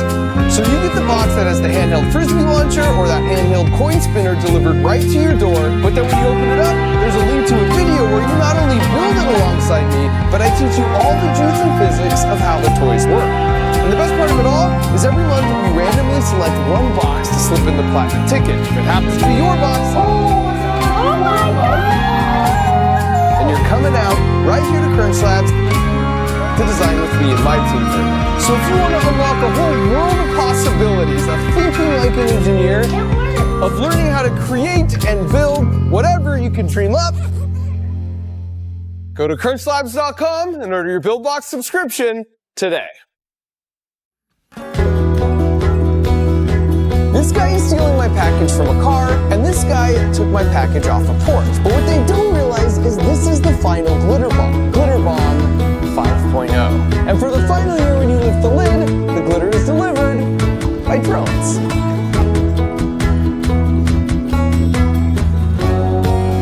Years ago, when these two stole a $6 package from my porch, little did they know that singular act on an otherwise unremarkable lovely spring morning would set in motion a series of events that would unleash buckets of glitter in the homes of would-be porch pirates nationwide and eventually lead to the takedown of a $60 million international crime ring. So today, not only will I show you what happens when you combine autonomous drones and glitter, and then what happens when you get into a chess match with a bunch of car thieves, but I'll end the whole series with an update on what happened to those massive scam call centers we infiltrated and exposed in India. Now, if you're new here, the 10-second recap is that after that package was stolen from my house, the police wouldn't do anything about it, even when presented with the evidence. So at that point, I knew that to avenge the theft, I was gonna have to use my engineering skills to go full Home Alone. And seeing how this is the final Glitter Bomb video, I think it's worth a brief recap of how the box design has naturally evolved over the years. Out of the gate in year one, it was a simple concept where when we took the lid off the bait package, this cup would spin, unleashing a pound of the world's finest glitter. And then hidden inside to record all the action, we have 4 phones, plus a canister of fart spray in an effort to encourage the thief to get rid of the box so we could go and retrieve it. And that went pretty well, so we spent the entire next year working on version 2.0, where we doubled the amount of fart spray and drastically improved the formula, which ended up nearly killing Macaulay Culkin. I can still smell it. We also switched to biodegradable glitter and added a meaningless countdown. 4. And some fake police chatter. Seems the package may be in motion as well. Just to make things more exciting.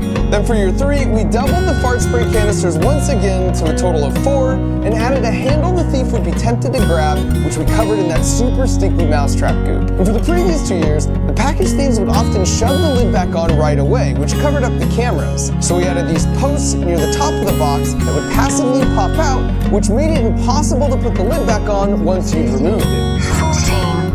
13. We also added flashing police lights and made a doormat that had these conductive charging contacts so we could keep the whole box fully charged until the moment it was stolen. Then for Glitter Bomb 4.0, as soon as you touch the lid, it would get shot straight up into the air, compliments of these 2 boxing gloves attached to pneumatic pistons. We also added an actual car horn to make things more exciting and redesigned the cup so that by using the centrifugal force generated from spinning, you could passively get 3 chances to shoot some glitter instead of losing it all in one single shot. Then for the porch, we built a fake planter box that would slide over and hide the package at night so the homeowners wouldn't have to worry about bringing it in, and we were guaranteed to get it stolen in the day when the light was better. And all of that brings us to year 5, Glitter Bomb 5.0. I knew this was going to be the last year, so I decided to go for broke and attempt the biggest redesign to date. And this is a terrible idea, by the way. In engineering, if something is working well enough, conventional wisdom states you should basically change nothing, but pretend like you changed a lot.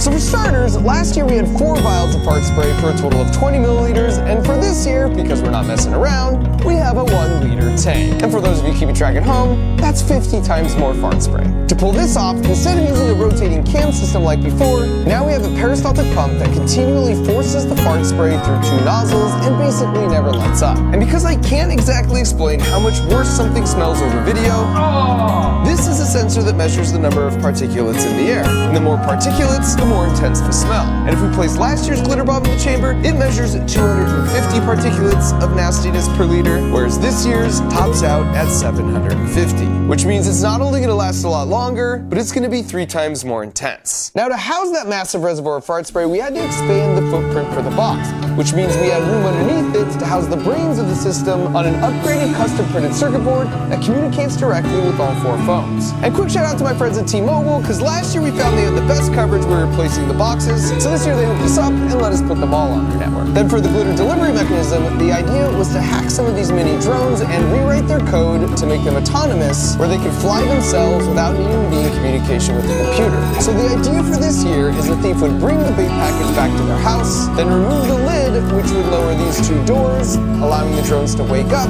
and take off. And so instead of a single concentrated area of glitter from a spinning cup like before, the drones would just meander all around the house, leaving millions of tiny shimmering reminders not to take stuff that isn't yours. And as part of our code rewrite, if the proximity sensors register someone approaching, they'll just casually fly themselves to a different part of the room. And all of that perfectly sets up the checkmate, because while they're fully distracted dealing with the drones, the box starts to drastically change the room's air quality at a rate of 1 liter per minute. This design was ambitious and arguably had a much higher risk of failure in the field, but then we took it one step further by designing a sister box that could be used for a car break-in. Since I live near San Francisco, which is the smash and grab capital of the world, 2 years ago we were right into the lion's den, which placed the box in a somewhat alarming predicament. And while tempting, it seemed irresponsible to have a couple drones flying around inside a moving vehicle, so this box can be triggered remotely via text message and can activate the fart spray without needing to be opened. And then right before the nozzles kick in, this 360 cam pops up to cover all the action. And if at any point the camera senses it's being tampered with, just like one of those fancy hood ornaments, it will retract itself back inside the box. So after about 10 months of designing, building, and testing, we set them out on a bunch of porches and in a bunch of cars, and we waited. And we didn't have to wait long.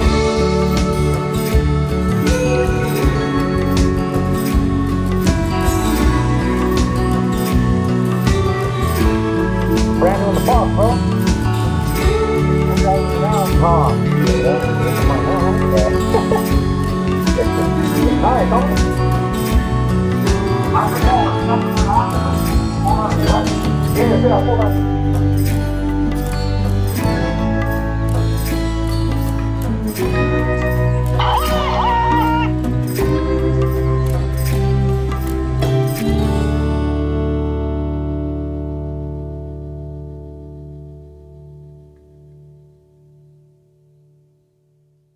Fifteen, 14, 13, 3, 2, 1. Activation complete. Recovery sequence initiated. And I really appreciate the hustle from these guys, especially because when all is said and done, they just decide to make this their neighbor's problem. When we retrieved this next box, as you can see, it was completely destroyed and the phones were gone. But thanks to those blazing T-Mobile network speeds, we were able to recover the following footage from the cloud.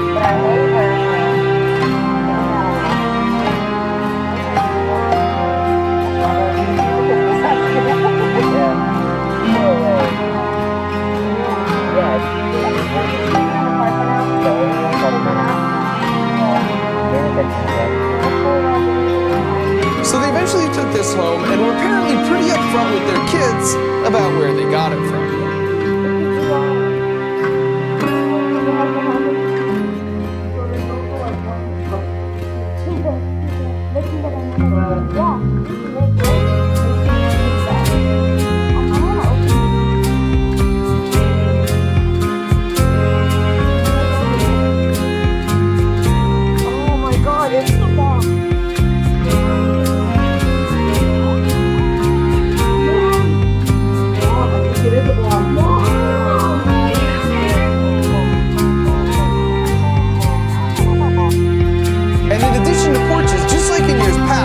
Place some boxes by group mailboxes, so that way we can track the number of Good Samaritans that will call the number on the box from year to year.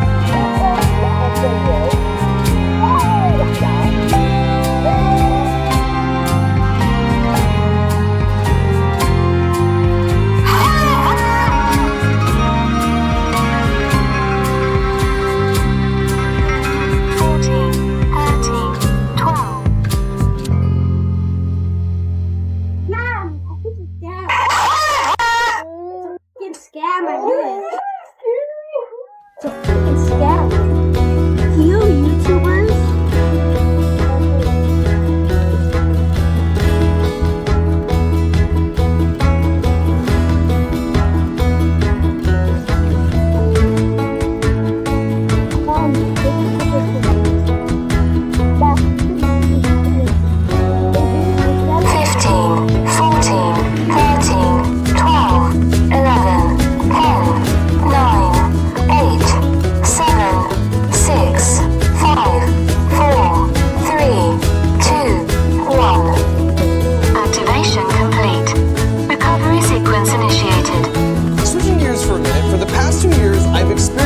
placing a glitter bomb in a parked car up in San Francisco because it's considered the car breaking capital of the world. And things are so bad now, it's not even just the parked cars that are getting targeted. They average 73 car break-ins per day, and at this point, people have resorted to just leaving the doors wide open, hoping the thieves can verify for themselves there's no valuables inside, so they won't smash the glass just to check. And for the past 2 years, while we did get the glitter bomb stolen, all we could really do was just play an alarm sound so they throw them out, because they never actually opened them in the car.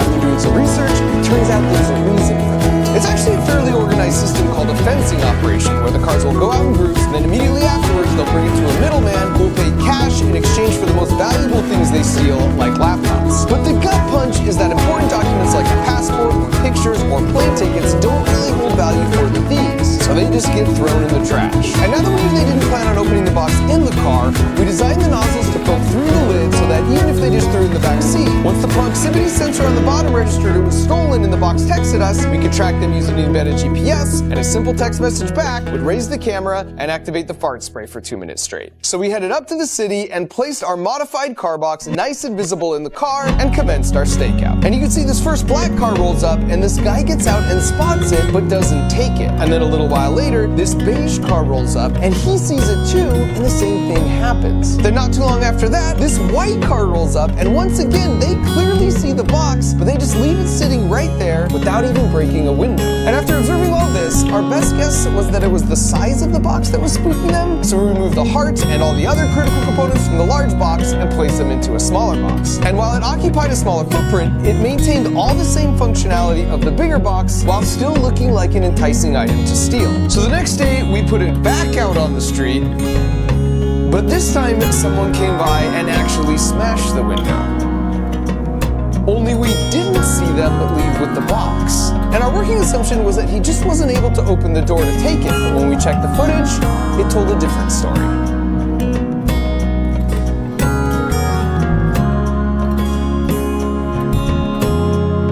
Not only did he once again intentionally not steal a smaller box, but the real reason for breaking the small window was to pull the back seat down and check the trunk. Which means if you take nothing else away from this video, you should know putting your luggage in the trunk is not a solution to keep it from getting stolen. The reason they break these little windows so often, but it seems like nothing is missing, is because they're pulling down the seat to quickly check what's hidden from view in the trunk. And at this point, it was pretty disappointing, but we realized they'd adapted. Word must have gotten out from stealing our glitter bombs in previous years that a juicy looking box like this sitting out in plain sight is nothing but trouble. And as an engineer, I never claimed to have all the answers, but I know the process to get all the answers. And that's trying and failing and tweaking over and over again. So while we did have a couple useless car boxes and a busted window, we also knew their MO, which meant we now had a plan. And that plan was to shrink the box down even further to fit it in a backpack. That did mean we had to make some compromises, like losing the camera and reducing the fart spray reservoir down to this improvised pouch. But to make sure that it was still adequate, we sprayed it on this chair, and not only did it still last for 2 minutes, but we left that chair outside to air out and confirmed a few days later it was still in real bad shape. So with renewed hopes, we once again hit the streets, this time with 2 backpacks in 2 separate cars parked in 2 different spots, and as fate would have it,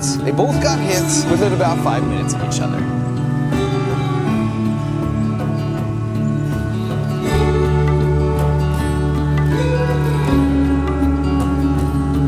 Once again, you can see they're checking the trunk.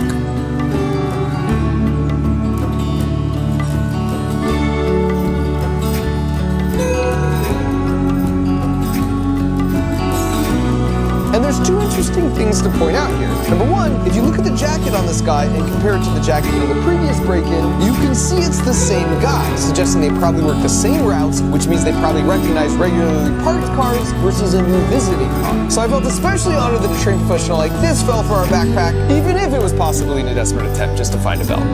And number 2, you can see just how quickly it all happens, even breaking the glass. The thing with tempered glass is it's really hard to break, until it isn't. And while this guy looks like Iron Man here, just casually pushing his hand through, what you don't see on his palm embedded in the glove is a sharp ceramic chunk or a spike of hardened steel, sort of like this. And as you can see here, if you have the right tool to concentrate the force on a really small point, it safely crumbles to nothing almost instantly. But more importantly than all that, now we had both boxes registering they'd been stolen while we tracked them both on their embedded GPS, watching as they made their way around, stopping periodically to hit more cars. And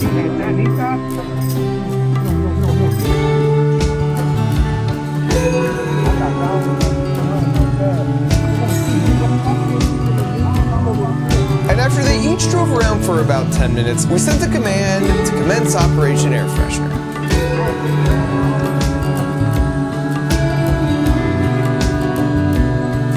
And unfortunately, because we had to condense everything down so small sort of last minute, the mic was in the same small box as the pump, so we don't know exactly what was said. But what we do know is that about 90 seconds after the pump started, they tossed the whole bag from the car. And the best part about this is that outside the backpack, the pump and spray are actually really quiet. So the only possible way they could have located the source is if they sniffed their way to the answer. And as our test showed, they'll continue sniffing it for weeks. And in the second car, it was a nearly identical outcome.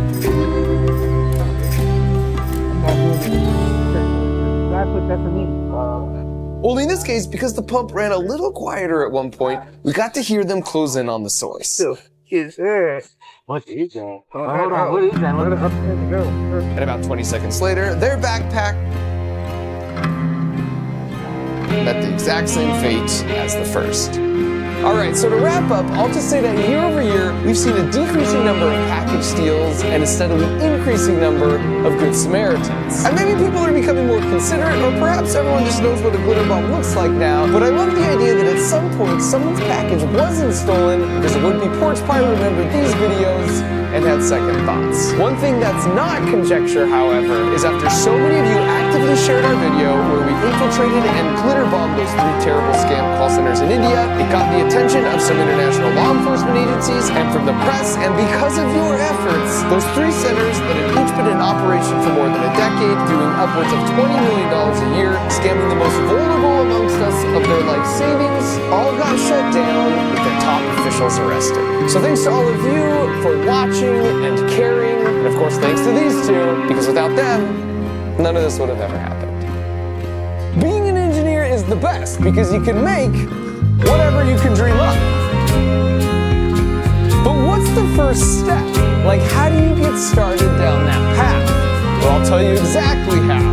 It's called the Crunch Labs Build Box, and it gets delivered right to your doorstep every month, and then we build it together while I teach you all the juicy physics that make it work. It's basically like unlocking your own personal Mark Rover video every month, where you learn a new engineering principle that will have you not just building like an engineer, but more importantly, thinking like an engineer. So we're developing resiliency, problem-solving skills.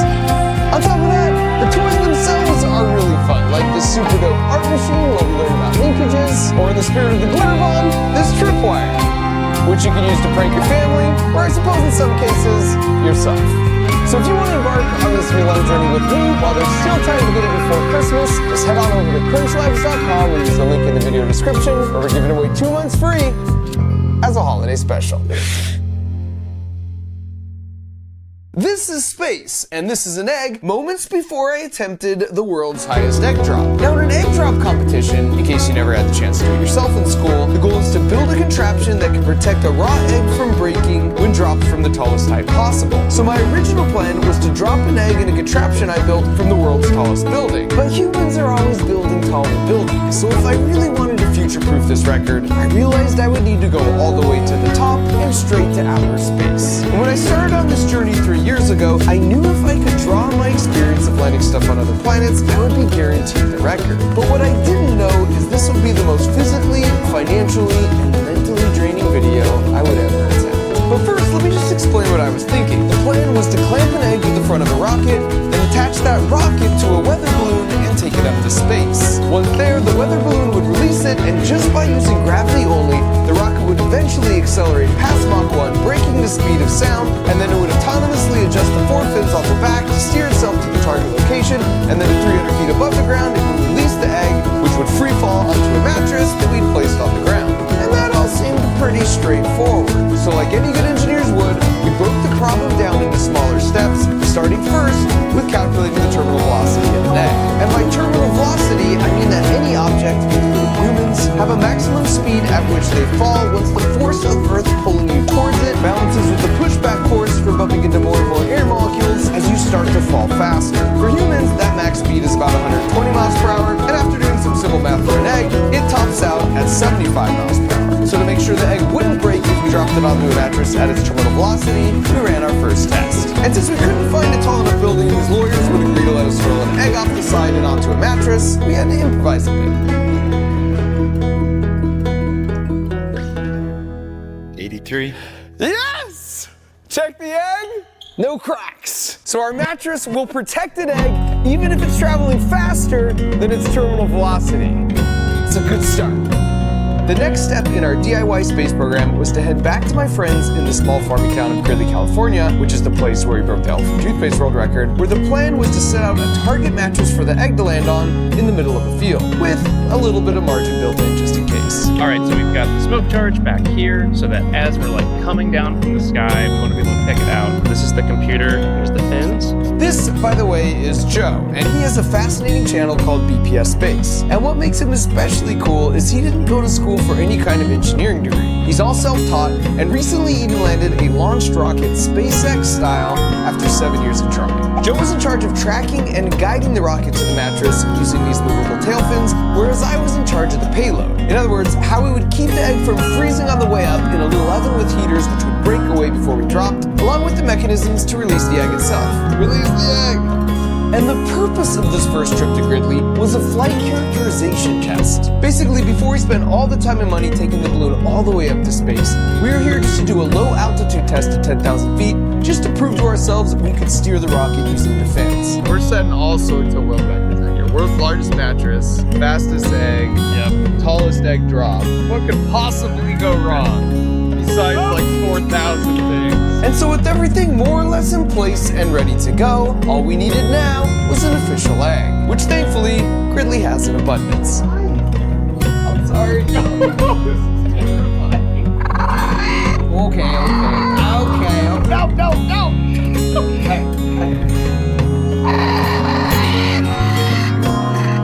Precious egg. In the history of our universe, this is the first chicken that's ever laid an egg that will go faster than the speed of sound. Supersonic. Mach 1. I'm sorry, I'm leaving. Congratulations. So the next morning we got up at 4 a.m. when the winds would be the most calm to run through all our final pre-launch preparations. Loading up our lovely egg. Including the last-minute decision to add a metallic streamer to the back of the rocket to make it easier to visually track. We've got redundancy all over the place here. We've got redundant leads, redundant igniters. Mark has 2 servos on the fairing. No dumb failures. And that's exactly when we had our first dumb failure. GPS is mad. We gotta scrub the launch. We were just walking back to get the eggs all poop, and it pooped it out. And scrubbing the launch meant we unfortunately had to release all the helium out of the balloon, which is an opportunity I'm not gonna let just pass on by. Hello, wow, that's so cool.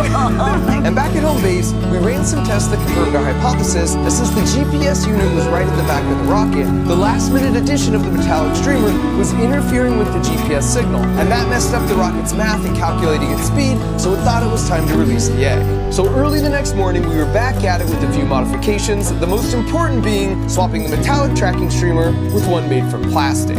Good news is there's hardly any wind today. Bad news is about 20 degrees colder, which means our mattresses are kind of frozen.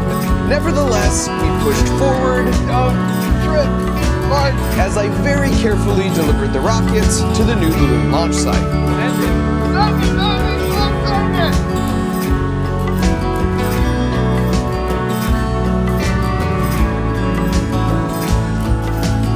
It's happening. Can we see it? Oh, yeah, I see it.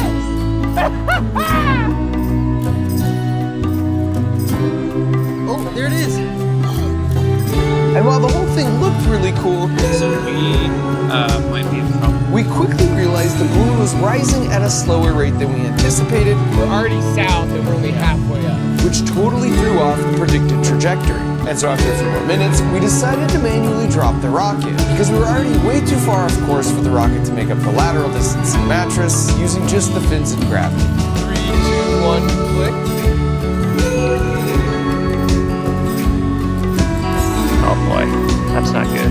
And that's when we encountered the second problem of the day, as the fins actively forced the rockets into an uncontrolled death spiral. Altitude is 1,400, coming down fast.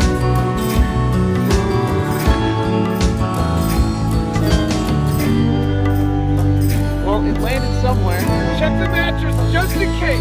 And since we have the GPS coordinates of the rocket, we headed out to track it down. The real question is, what's the status of the egg? Mark, I think I might have some bad news for you.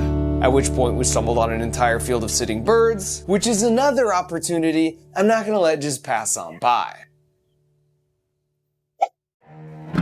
That's a shoot, man. Not a shoot. There's no egg. The egg did release. The fact that this is out means the egg did come out, so that's good. But despite that silver lining, the movable thing seemed to be actually forcing the rocket into that tailspin, which was surprising because Joe had definitely run through a lot of analysis and testing before coming here. So after conducting a thorough review of the footage and firmware, he was able to locate and fix a single rogue negative sign in the code that seemed to be causing all the control issues, which meant we were ready to give this one final try. We had run out of spare parts and spare weather balloons, so regardless of outcome, this would be the final attempt. If we couldn't land the egg on a mattress from 10,000 feet up, we wouldn't have any hope of pulling it off, coming all the way down from space. Phenomenal! That nerdy space talk for everything is exactly as expected. I'm standing in the middle of the world's largest mattress.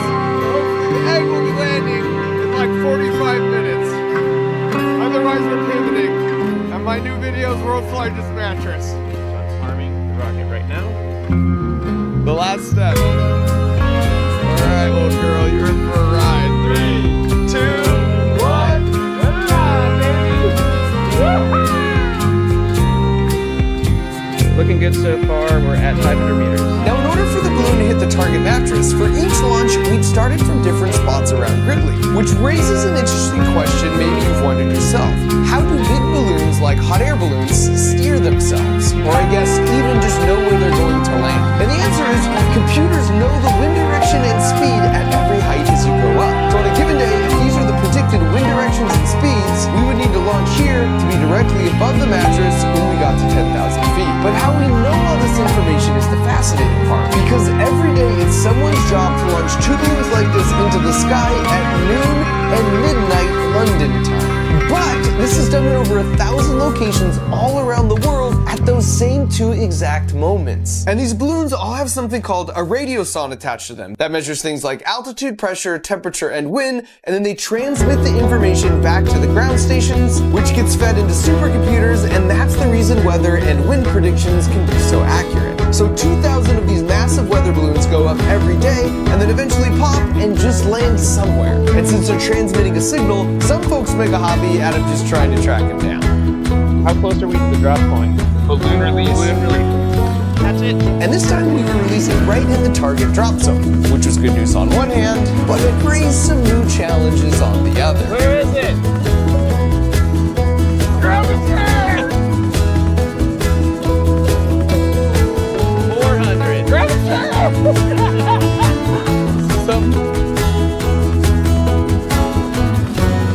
Altitude 98 meters. I think we're down. Everyone okay? That was artillery. So we were much closer this time, and we even managed to steer the rocket in the right direction just slightly. Found it. Egg? No egg? It's the egg! Oh, did it crack?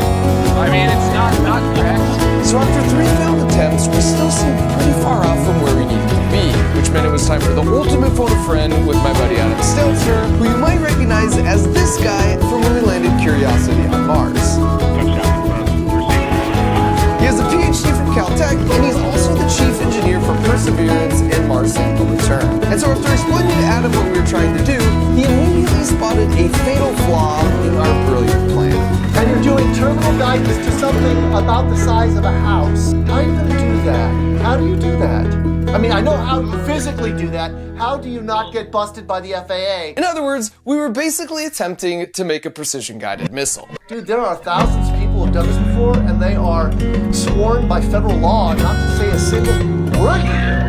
And to be fair, he raised a good point. The people who could help us actually can't, and even if we figured it out ourselves, the ethics of just slapping that how-to video up on YouTube are questionable at best. And so after a fruitful discussion with Adam, But we release at about the height, and then we do a lobbing. The thing you start to worry about is heating. You might want to start with a 2-stage thing. we decided to pivot, and instead of a precision-guided egg landing on a mattress in a small town, we would set our sights on a much more general egg landing target by heading out to the desert. But as part of the pivot, we completely scrapped our old design and spent a couple months designing and building a new system that borrowed heavily from the Curiosity landing, because we figured if it could safely put a rover on Mars, it could safely land an egg on Earth. So we would still go to space on a weather balloon, but this time the rocket would have fins that didn't move, and it would be 3 times as long and 4 times as heavy to guarantee we would get the egg to supersonic speeds on the way down. Then just like NASA separates the cruise stage in the upper atmosphere and then uses aerobraking to dissipate a bunch of the energy and speed, we would separate from the back half of the rocket about halfway down after we'd already broken the sound barrier, and because this system now weighed much less, it would naturally aerobrake and reduce its speed to the new lower terminal velocity. Then on Mars, the next step is the parachute deploy, followed by the heat shield separation, and we would follow in kind by launching our own parachute and then release our own nose cone, which would then expose our set of cushioning airbags, as you can see here, which we borrowed from the Spirit and Opportunity landings. It was intentionally ambitious and extremely complicated, but after a couple months of complete redesigning and building,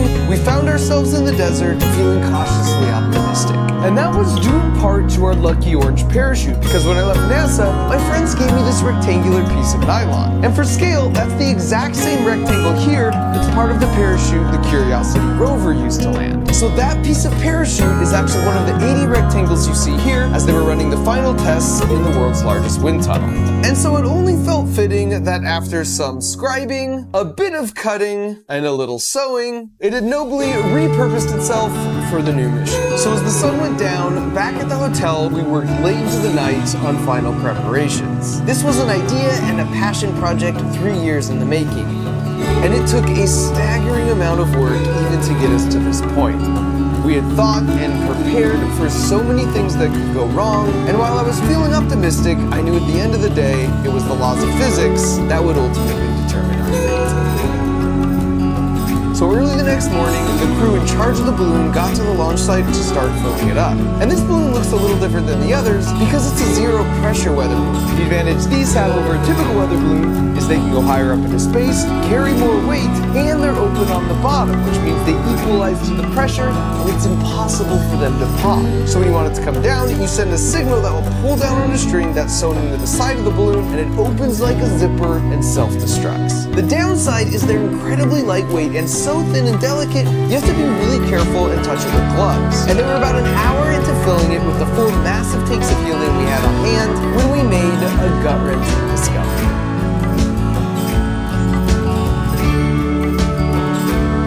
Hey dude, I got bad news. We have to scrub. Start taking the helium out.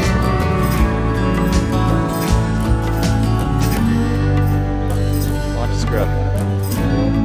They had some issues that I guess they can't resolve by today. So we're sucking out the helium from the balloon and trying for another day. So, Good enough? no, yeah. What are you talking about? Are you serious? Now for context, Joe was in charge of this part of the rocket, and me and my team were in charge of all of this. And while we each tested our individual systems ad nauseum, it wasn't until that morning that we were able to test the integration of the 2 systems together. And when we did, it became immediately clear to me I had made a critical oversight. So, tension compression, this is great. It's holding on to that thing. Fantastic. The problem is, this is so long and heavy, as it wiggles, it's going to want to bend. Great tension compression, but this happening at Mach 2 that's not going to work out. There's no other balloons in the world of this size that we can get access to. This was the only one for like another month. We're trying to save this one so we can hopefully reuse it, but any slight little damage, you touch it in the wrong spot, and now that's an imperfection that may actually be a failure point for a future mission. And this was an absolute low point for me. The integration of two independent systems is such a classic failure point in engineering. I was crushed I had missed this. And financial concerns aside, I felt like I had just let everyone down. Not just my team and the rest of the crew helping out, but all the other folks, some of whom drove 6 hours to come out and watch as well. But that's the thing with failures. They can sting like crazy, but it's really just a process to learn one more way not to do a thing. And so even as I sat there feeling pretty bad, like any good engineer, I was already coming up with a list of all the things we were going to fix to get back out here and try this dang thing one more time. And this principle of resiliency is something I think can be learned. In fact, I believe this so much, I started a toy company called Crunch Labs with the express goal of helping kids think like an engineer. So with the Build Box, not only do you get a super fun toy that you put together every month, but you do it alongside me while I teach you all the juicy physics of how it works. We're right there in the trenches, building and succeeding together so the principles really sink in. So if you're a kid and you're looking for something to put at the top of your Christmas wish list, or you want to gift it to someone else so you can be the household hero, send to crunchlabs.com. There's a link in the video description. Now, as far as my plan to bounce back from my own failure, we did 4 things to really get serious and stack the dice in our favor for the final launch. First of all, we fixed the connection point with more of a sheath design that could handle the bending moment. And then at the right altitude, it would autonomously separate the 2 halves with a black powder charge. Second, we ran some vacuum and temperature tests on a raw egg. There's no air pressure and it's really, really cold in space. So if you don't do something to protect the egg for the 2 hours it takes the balloon to get up to space, it will freeze and crack the egg every time. So we tested some heaters in our egg chamber and proved that they keep the egg warm enough. Third, we built redundancy into our system. When NASA sends something to Mars, they can't go there to fix it, so it just has to work. And for that reason, a lot of critical systems have backups. Even the part of my own hardware and Curiosity that accepted a dirt sample from the arm into the belly of the rover had 2 doors that opened to the exact same place in case one of the doors ever stopped working. In our case, redundancy meant making a 2-foot wide custom beach ball that we would stuff with a second egg surrounded in packing materials with a 20-foot streamer on the back we would just drop like a rock. It would be dead simple. No parachutes to deploy, no autonomous timing sequences, and no fancy mechanisms. This would be our redundant, yet I would argue kind of boring, second chance opportunity to land a safe egg. And fourth and finally, we went to a local crane yard to test both our solutions at their respective terminal velocities, starting first with the beach ball. Come on, baby! She's on! And after that, we tested the final landing configuration of the rocket. Oh yeah! Oh yeah! By the way, the actual rover parachute held perfectly.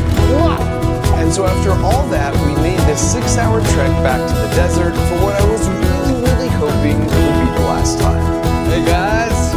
After 4 failed attempts, we had learned so much, which left me feeling cautiously optimistic.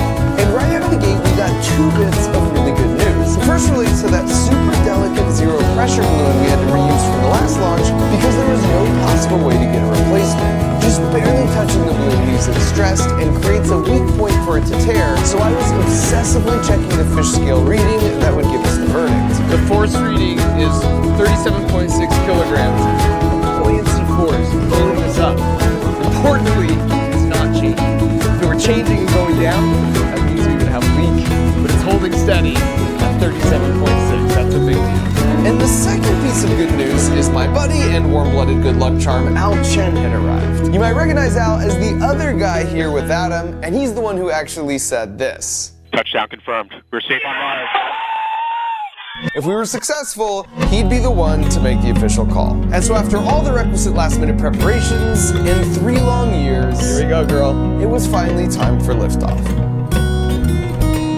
Ready? 3, 2, 1! You're free! Whoa.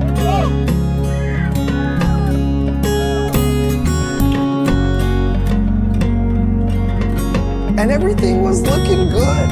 The balloon ascent rate was just what we predicted, and that meant we for sure didn't have a leak, and things were finally breaking our way. Is that how it's supposed to look? Yeah. And it takes about 2 hours to get all the way up to space. Whoa. So once the balloon hit 30,000 feet, we decided to hop in the car so we could drive over to the predicted landing spot about 45 minutes away. So far, it's all systems nominal. Balloon's in the air, it's ascending at the right rate. We've passed some critical threshold points, and we're still in the game.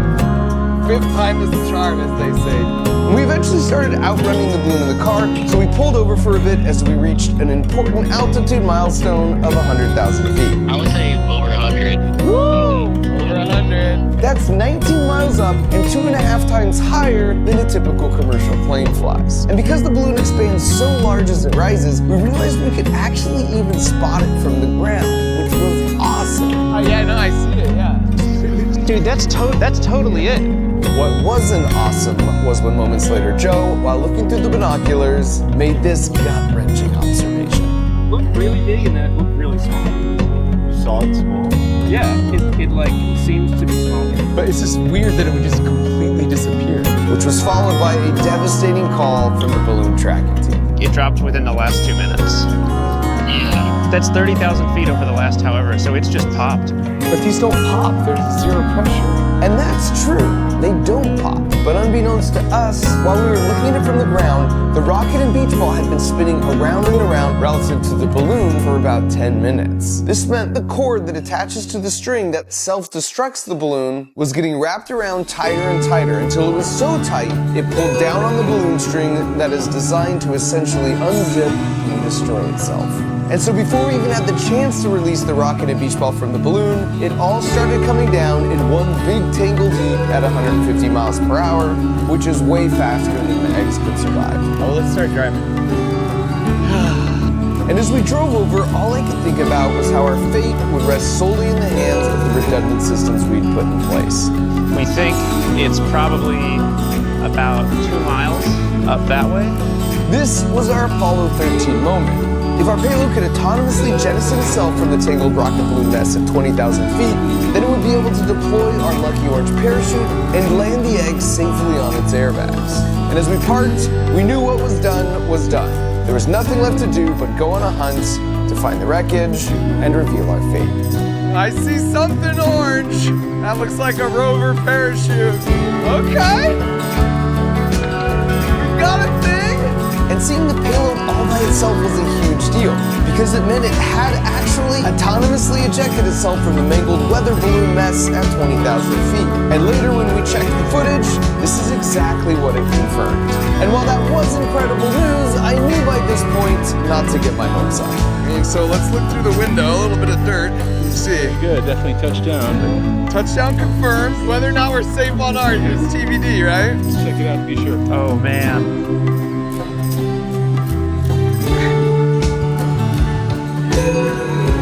Touchdown confirmed. We're safe on Earth. We're safe on Earth! That is a hot egg. It was in space and now it's on Earth and it's not real. After that, we tracked down the beach ball, which as far as I was concerned, was just extra credit at this point. This is the backup, the simple solution, the true engineer's solution here.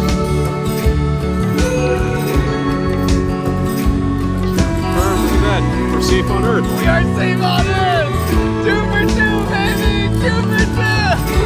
And as we walked away with 2 uncracked eggs in hand, I was reminded that in life, things rarely unfold how we think they will, but by learning from your failures, coupled with a bit of tenacity, us humans can accomplish a feat as incredible as the world's smartest Martian robot, or as ridiculous as the world's tallest egg drop.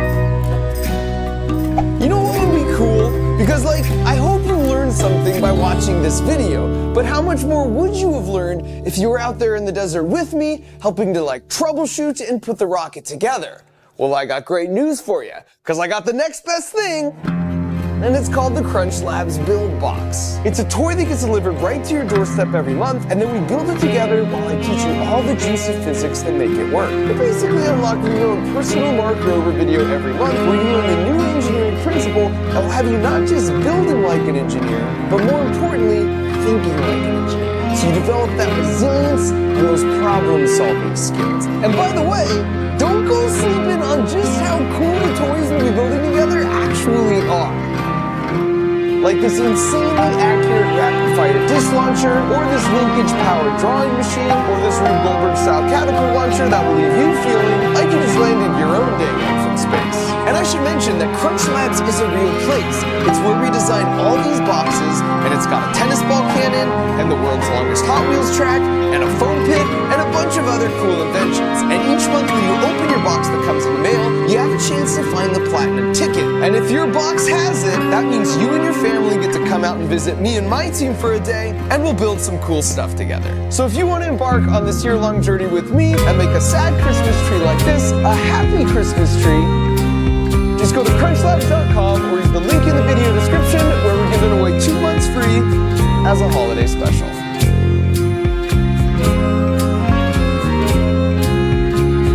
This is the prestigious Walnut Cup, and if you want it for yourself, you'll need to first win a majority of the competition events I've set up in my backyard, and second, be a squirrel. Welcome to the third and final year of my all-consuming battle with the squirrels in my backyard. And bust out the popcorn, because this year not only do we have amazing feats of athleticism and a lot of close calls, but also interspecies battles, home videos of Fat Gus as a baby, and a scandal that rocks the neighborhood so hard, you're just gonna have to see it to believe it. So hold on to your walnuts, and let's get started. Hello, sports fans, and welcome to the Backyard Summer Games, where the greatest bushy-tailed athletes in all the world compete in 7 different events, including the long jump, the high jump, and spinning balance beam, all for the glory and prestigious Walnut Cup. I'm Chuck Acorns. And I'm Jimmy.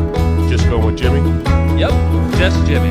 All right, well, that is a pretty great name, and it's a beautiful day here in the backyard. The birds are singing, and the smell of fresh-cut grass is in the air, which means it's time to head out to the action with our first event, the ski jump. Now I know what you're thinking. This is different, Mark, because this is a squirrel competition, whereas for the previous 2 years, you designed a squirrel obstacle course and then placed your bird feeder at the end. So if the squirrels want the bird seed, they basically have to outsmart you and earn it. And that's true, but much to the utter dismay of both me and the birds, they're still just eating all my bird seed with impunity because they know they've won, and there's nothing I can do to stop them. So after 2 years, I've given up. We know who wins when it's me versus them, but who would win if it's them versus themselves? Like, what would happen if I create a series of events they have to compete against each other in? Like, say, for example, the ski jump event, where once they make it to the top, they have to take the walnut bait and then escape before the pneumatic cylinder fires and the trapdoor drops, sending them down the ramp and off the jump. Well, in that case, you can imagine there might be a squirrel named Fat Gus, who was a little more, sturdy, who just really appreciated the caloric value of a fresh walnut. And a squirrel like that would be at a distinct disadvantage here, where the key really is just not to get greedy. Because the longer you take to really just stuff as many walnuts as you can in your mouth, nope. Oh boy. Well, at some point, you just run out of time. And then you find yourself in a predicament. And this freeze frame is the perfect moment to introduce all 4 of our Backyard Games competitors, starting with the heavy favorite, Fat Gus. And just like in years past, I want to be very clear, that's fat with the PH, as in fantastic. Now, in doing research on the backstories of the athletes, I stumbled on some previously undiscovered footage. And with a little narrative liberty, I was able to piece together that Fat Gus grew up in a rougher area of the neighborhood called Hubcap Hills. Even from the outside, you can see it was a simple home, and on the inside, it was more of the same. Without money to buy new things, they were really good about repurposing whatever they could scavenge. But what they lacked in material possessions, they made up for in quality family time. That other squirrel, by the way, is Fat Gus's sister Augustine, and she's the second member of Team Hubcap Hills. Now, Fat Gus has always just sort of been Fat Gus. Even that signature superhero pose manifested its first faint echoes at a very young age. And then Augustine, for her part, was always very clever, but also very particular. Here you can see her spending a long time trying to get her bed just right before sleeping for all of 3 seconds and then waking up to a new hairdo. And while they come from humble beginnings, they've been training to compete in the Backyard Games for the Walnut Cup since the moment they could scurry, because it represented a chance to move up to a nicer tree in the neighborhood. Speaking of which, for the other 2 contenders, we have Rick and Marty, who you know from the previous 2 years. But what you might not know is they grew up in Walnut Estates, in a nice Japanese maple down the street. But unlike Hubcap Hills, Walnut Estates features a hickory piano and a fully stocked bookshelf. And so as you might imagine, Rick and Marty's athletic training equipment was also a step above. Not only that, but Walnut Estates is so spacious it has 2 rooms. This was a home protected from the harsh world where they could take their time learning basic skills, even eating. And what you should know about Rick and Marty is they've always been fairly athletic and they also scare pretty easy. But despite their differences, what all 4 contenders have in common is they've been dreaming of this competition since they were old enough to sleep, so it'll be fascinating to see who comes out on top. Back at the ski jump, after a recovery and then a swift abandonment of ship, Fat Gus's teammate Augustine steps up for her attempt. And while she's nevertheless more dignified in her nibbling, the outcome remained unchanged. This angle right here is probably my favorite because it's like 1 second there is a floor, and the next second, there's not. But she recovers beautifully like squirrels always do because they're masters of physics, as we covered extensively in my previous 2 backyard squirrel videos. Next was Marty, who's watching the other 2 from the sidelines and taking notes, and must have assumed it only fires if you walk directly onto the platform, because he did this clever number on his approach. And while he's clearly bad at deductive reasoning, he is good at scaring easily, which came in handy here because before the floor barely even drops, he's launched himself onto the roof. And finally we have Rick, who plays a conservative, and while that might be less entertaining for the crowd, it secures the first gold medal of the Backyard Summer Games for Team Walnut Estates. By the way, the Backyard Games is made possible by Acorns because their app allows you to invest like a squirrel through saving and investing your money little by little. Next up is the second event of the Backyard Games, the Balance Beam, but with a twist. The goal here is for the contestants to simply get all the way across before the beam starts to spin on them. Now they've been preparing for this event for a long time. Here you see toddler Augustine struggling at first, but eventually getting to the point where she was still wobbly, but much more in control. Then over at Walnut Estates, Rick and Marty would practice advanced moves like the underbar crawl, demonstrating the sharpest of concentration. But honestly, who could resist a hanky chandelier? First up is Marty, who in an effort to calm his nerves, pumps himself up with the flex. You'll come to see that this is kind of his thing. Then immediately after making his way up onto the beam, he just goes for it and makes it all the way to the end. Almost. That's where his nerves ostensibly catch up with him because he pees his pants and then inexplicably tries to run all the way back to the safety of the start, where things end for him predictably. Next up is Augustine, and at the first sign of a spin, she yeets herself practically into my neighbor's yard. In the slow-mo, you see that classic make your body into a parachute pose that makes it so a squirrel could survive a fall from any height.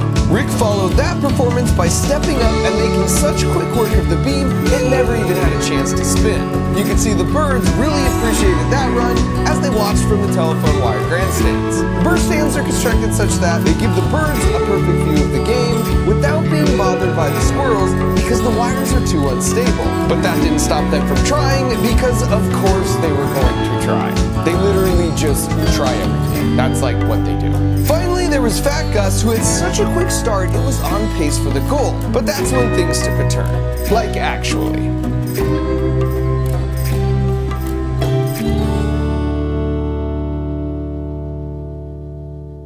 You've just got to admire the tenacity here.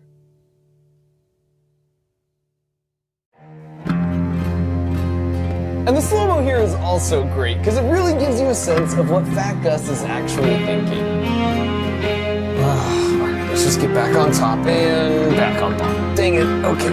Tail in the eye, tail in the eye. Hold it, hold it. Just go back to the side. Cindy's here, and then, U-turn, never mind. Here we go, back up. Mark does not pay me nearly enough for this. And while I wish gold medals could be given for effort, the Backyard Games is all about results. So Walnut Estates is now up 2-0, which takes us to the third event called Quick Drop. Now the goal here is to nudge the large wooden ball off the cylinder to access the chewy walnut center. And just like with the balance beam, they've been training for this event from a young age. And here you can see the difference money can make, because while Rick was able to work with the near exact replica of the Quick Drop event, Fat Gus is over here dealing with the real Wish.com situation, although still managing to look really adorable in the process. Augustine was up first and scoped things out, but ended up getting so particular with her approach, she couldn't settle on a strategy and left the platform with the ball unmoved. Then Marty comes up, and after another little flexing routine to psych up both himself and the bird stands, he's a bit more bold, but still pretty skittish. And you can't blame skittish because there are other animals in the neighborhood who are less interested in walnuts and more interested in squirrels. For example, there's small birds like this blue jay buzzing by, big birds like this hawk camping out. Then of course there's a few cats who seem to be just a bit too curious. But by far the most fearsome predator of all this year is actually spying on Rick right here. See if you can spot him. Now you can see as soon as Rick locks eyes with his camouflage beast, he becomes so filled with care, he somehow decides his best option is just to hurl his body to the great unknown. Because the most feared backyard creature is a big old rat. He's a bit of a bully, and his name is Fat Tail. Fat Tail!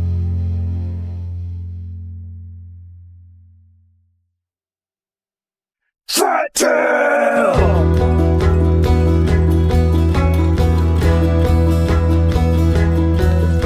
Fat Tail! Fat Tail is just your classic schoolyard bully, even with his own friends. He wreaks chaos and terror in the backyard, and unfortunately, that's not the last we'll see of him. Back to the games, you can see Fat Gus steps up, and perhaps the tennis ball just wasn't close enough to the big wooden sphere after all, because this effort looked pretty similar to Augustine's attempt with no actual results. Which just left Rick, who was able to remove the ball without too much effort, but it's when he goes for the walnuts inside where he just really leaves it all on the table.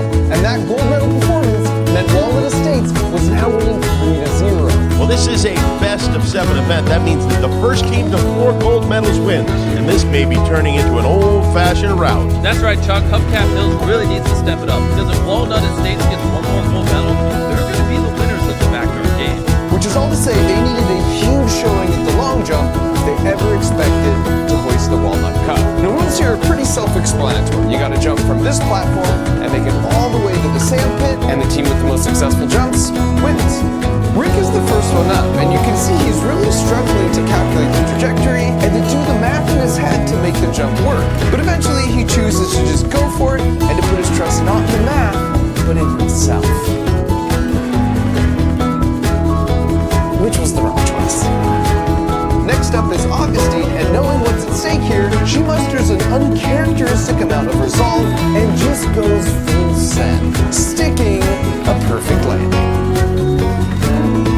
And so you can see Marty patiently waiting his turn on deck while she's enjoying the fruits of her labors, as Rick's like, hey, I know I didn't make my jump, but are you cool if I join you on the landing pad? And she's like, yeah, that's definitely not an option. As she not only kicks him off, but double checks that he's really gone. And I should say, with all the excitement around the backyard games, there were other animals that would occasionally want to get in on the action too. Some who were bigger, and some who at least thought of themselves as bigger. Here's a long jump attempt, but it's like, dude, crow, you have wings.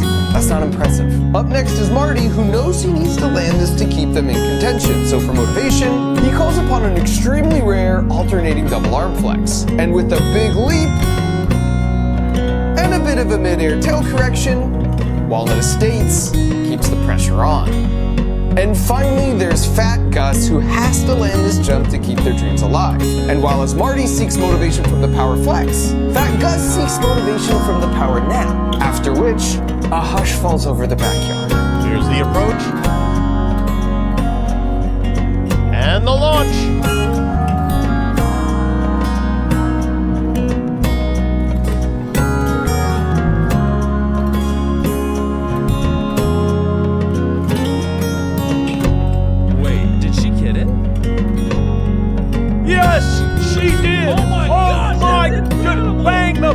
And bring in the melon ballers. That was truly incredible. Oh my, have you ever seen anything like that before in your life? No, me neither. And so as Fat Gus sits there enjoying the sweet taste of victory with their first points on the board, Rick realizes his hopes for redemption through a tiebreaker round are dashed as he shows himself down and heads to the next event, which happens to be the Nutcracker. Now for the Nutcracker, the gold medal goes to the first contestant to somehow open, then eat the actual nut in the walnut shell. And once again, prep work for this very moment started at a young age. At Walnut Estates, admittedly there was some confusion as to how this event works, but with a little bit of teamwork, they eventually figured it out. Over at Hubcap Hills, you can see things were predictably less bougie, so it'll be interesting to see how this plays out. After heading over from the long jump, Rick comes in strong, but then freezes up as remember how they did this as kids. And after seemingly drawing a blank, he just decides to go ask Marty. And that appears to do the trick, because upon returning, he scores a successful removal, but fumbles on the goal line, which is an out-of-bounds violation. Marty was up next, and having just coached Rick through this, he knows exactly what to do. Oh, Marty with a nice fumble recovery. But after finding the exact perfect way to hold the shell, he takes the walnut out of bounds and decides to go off and bury it. And while this is a disappointing showing for Team Walnut Estates, this isn't that surprising, because even as a baby squirrel, he was really good at hiding things. Here he takes their favorite toy basketball and then cleverly buries it under the rug, so there's no possible way Rick's ever to find it. Fat Gus is up next, and to the surprise of no one, removes, then shells the walnut in record time, like a true professional. And then finally there's Augustine, who takes a completely different approach, but it still counts, which gives Hubcap Hills a clear and decisive win, keeping their dreams alive and building on their momentum. Which brings us to the penultimate challenge in the Backyard Games, the Thunderdome, with 2 tubes that lead in from platforms on either side. And the rules here are pretty simple. Basically, the contender, who's the last squirrel standing in the dome, takes home the gold. Now at this point, it probably won't surprise you to learn that both homes had quite a bit of wrestling in them growing up. And while Marty's favorite move was the piano slide to the surfboard, Fat Gus's go-to move was definitely the tail grab. So it'll be interesting to see what strategies carry over to today. And so after setting it out in the yard for a bit, the first on the scene was Fat Gus, who was somewhat intrigued, trying to figure out how to get inside, and after some amount of investigating, with only minor distractions and a quick power nap, the dome was breached. And Fat Gus was really enjoying time in the Thunderdome. That is, until a certain bully rat decided to show up. Fat Tail! And at first you can see Fat Gus stands by sort of helpless, as Fat Tail comes in and starts stealing all the walnuts. But after he leaves, Gus reclaims the throne with a newfound resolve, so that when Fat Tail returns, the bullier becomes the bully, and he's kicked off the platform, never to return again. And after that moment, you could just tell there was a newfound confidence. This was Fat Gus's world, we're all just living. I mean, not even the barking dogs were safe from this newfound bravado. And because all the other squirrels could see what was going on, it's no surprise that anytime the king showed up to the Thunderdome, things cleared out real quick. Which means Hubcap Hills took the gold, tying things up at 3-3, setting up the ultimate showdown in the final event to settle who would be the Backyard Games champions. And so this was it. The morning of the final competition had arrived, and you could sense the anticipation in the air throughout the neighborhood. Everything would come down to the high jump. So the competitors made their way over to the backyard, running through the training progressions in their heads, preparing themselves mentally for what lay ahead. Fat Tail! Oh my goodness, Fat Tail, come on. So disappointing. What a shameful example of poor sportsmanship. Clearly just trying to get in their heads the morning of the final event. Even the birds were expressing their distaste in the best way birds know how. But the mark of a true professional is being able to clear your mind, as you can see Augustine do here, as she then makes her way up to the platform. And Augustine starts out with what is arguably less of a jump and more of a hoist, but whatever. Rick went a bit quicker, but then got slowed down on his exit because he discovered he could see himself in the reflection, and he knows a handsome devil when he sees it.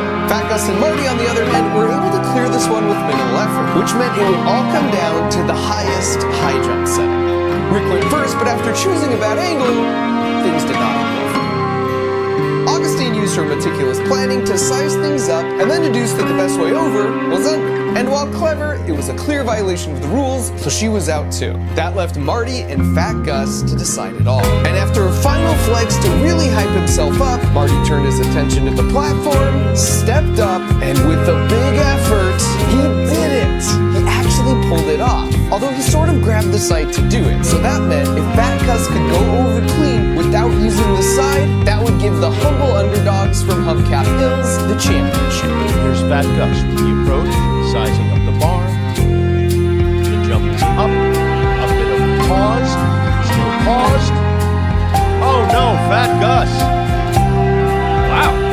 Well, okay. I guess that means Marty gets the gold, and that puts Walnut Estates to 4 gold medals, making them the official winners of the Backyard Games.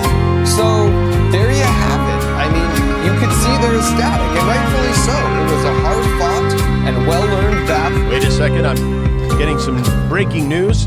Stand by for just a... Oh no.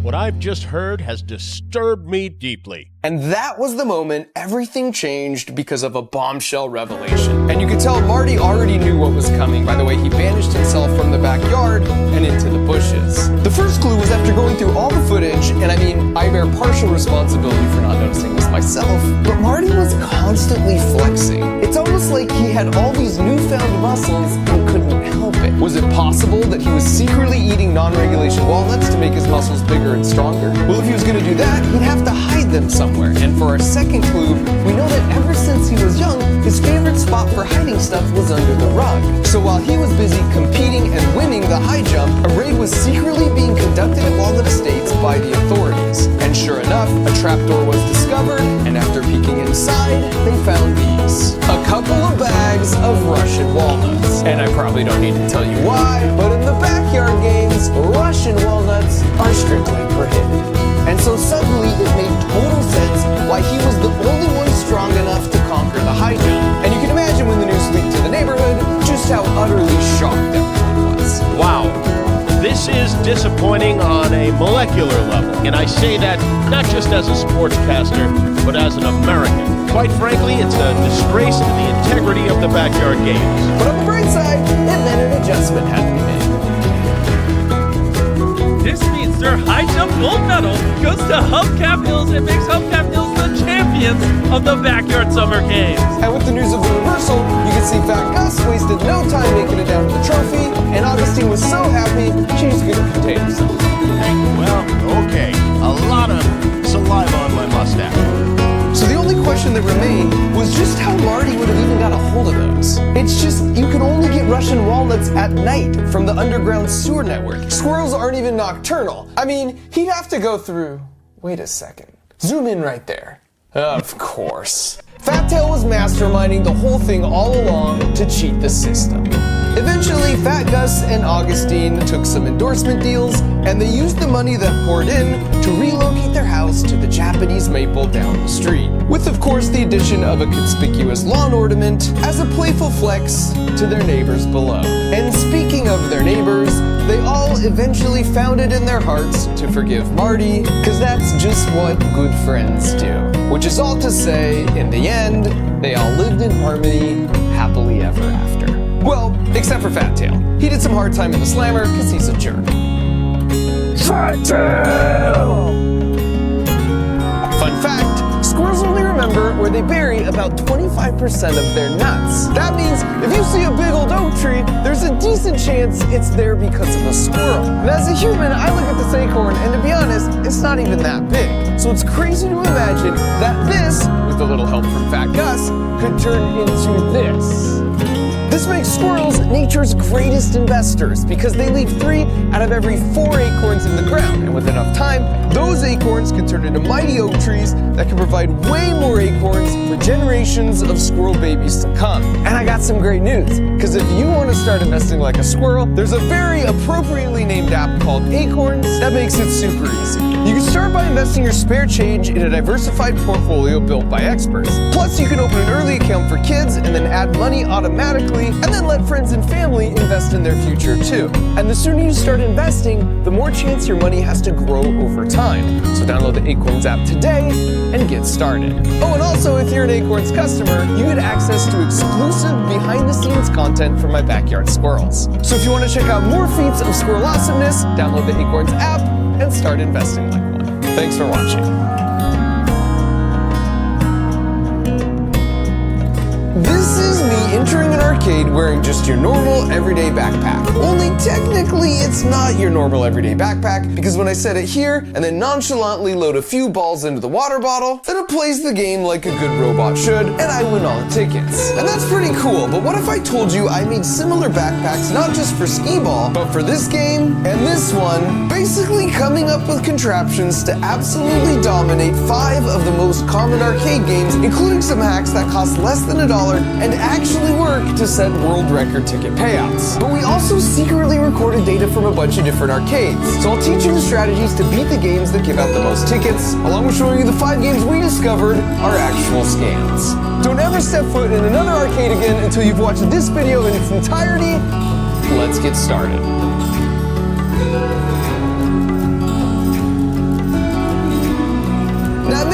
genesis for this video came when I was using my over-engineered bowling ball that I could control just by leaning. Because I thought, what if I took that same concept and applied it to mini golf? And while that idea could be really useful for getting a good golf score, there's just no real payoff for my efforts, which focused my attention to the holy grail of any mini golf course, the arcade. It was time to recoup all the allowance money I've lost as a kid, starting first with skee-ball. And before we really see it in action, let me first explain how it works. Because if you take away the backpack, you'll find a Frankenstein version of a softball pitching machine that we chopped up and modified so it runs just off batteries. Then there's a solenoid here that makes sure the skee balls get released one at a time. So if you just turn it on, then we put a ball in here, it fires the ball like this. The coolest part here though is when it's placed in the backpack, you roll this pocket up to reveal the ball exit, and then place this water bottle here as a clever disguise to load up to 3 balls at a time. Now of course, if you don't have a secret robot backpack, here's how you win this game as a mere human. For starters, if you watch the pros play, yes, there are skee-ball pros, they actually aim for the 4,000 point hole. And this actually makes sense because even if your throw is a little too weak or a little too strong, you're still getting significant points. The common mistake is to take the bait and go all or nothing by aiming for the small 10,000 point hole in the corner. The pros aim for this only in desperate situations where they're behind and they need big points to make a comeback for the win. The other big tip is to brace your leg against the base of the machine in the same spot each time, and then try and only move your arm, which will make your throws more repeatable and accurate because you're reducing the variables that could lead to error. So if you want to win, just follow these tips and practice a bunch. Or you could just go with my route.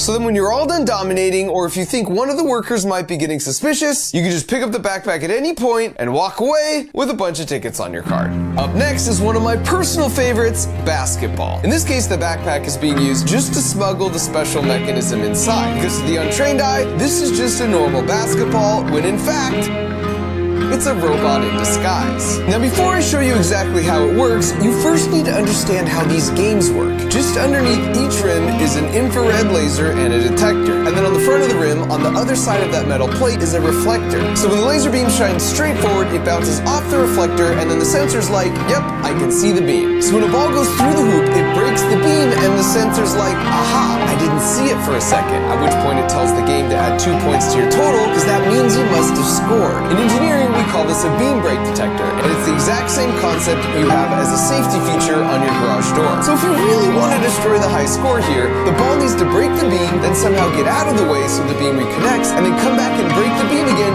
over and over again as fast as possible. But if you think about it, the whole ball doesn't need to actually get out of the way, just the part in front of the beam itself. And how might you do that? Well, one way is to 3D print the bottom hemisphere of a basketball in 2 parts attached together through some linear guide rods, then add a battery, microcontroller, and servo motor so the bottom part of the shell can translate up and down. This way it would reconnect the beam and then break it over and over again and register 2 points every time that happened. Now you just need a way to grab the rim so you can hang out there while you perform your shenanigans. And if you have some pneumatic pistons connected to a mini pressure intake controlled by a solenoid valve triggered by an RF remote, then you could shoot the ball normally, and then with one push of a button, piston rods would shoot out and grab the rim, and then once mischief was managed, you trigger the remote again and they would retract. Now if you just add another 3D printed hemisphere on top, then glue on the actual basketball skin, and when you put it all together, it would look something like this. Now if you don't happen to have a RoboBall, here's a few tips that will help you get the high score for this game. Now the most important thing is you never want to waste time waiting for a ball to roll down to you. And since these games normally come in pairs, just swipe your card on both games and then temporarily borrow the second set of balls. Now this should give you plenty more than you need, so just keep the balls that are the least inflated. Now you start the game and get into a rhythm where you finish your shot with one hand and then start grabbing or replacing the ball with your other hand before your first shot has even gone in. Or if the rim is close and you want to get really extreme, you can just go with a two-handed shooting strategy like this guy. But even that strategy is no match for my spherical transformer, because when I'm ready to go, I just shoot the ball with one hand and then hit the remote right as it's about to go in. And now as the ball just sits there articulating, I simply watch those sweet, sweet points rack themselves right on up.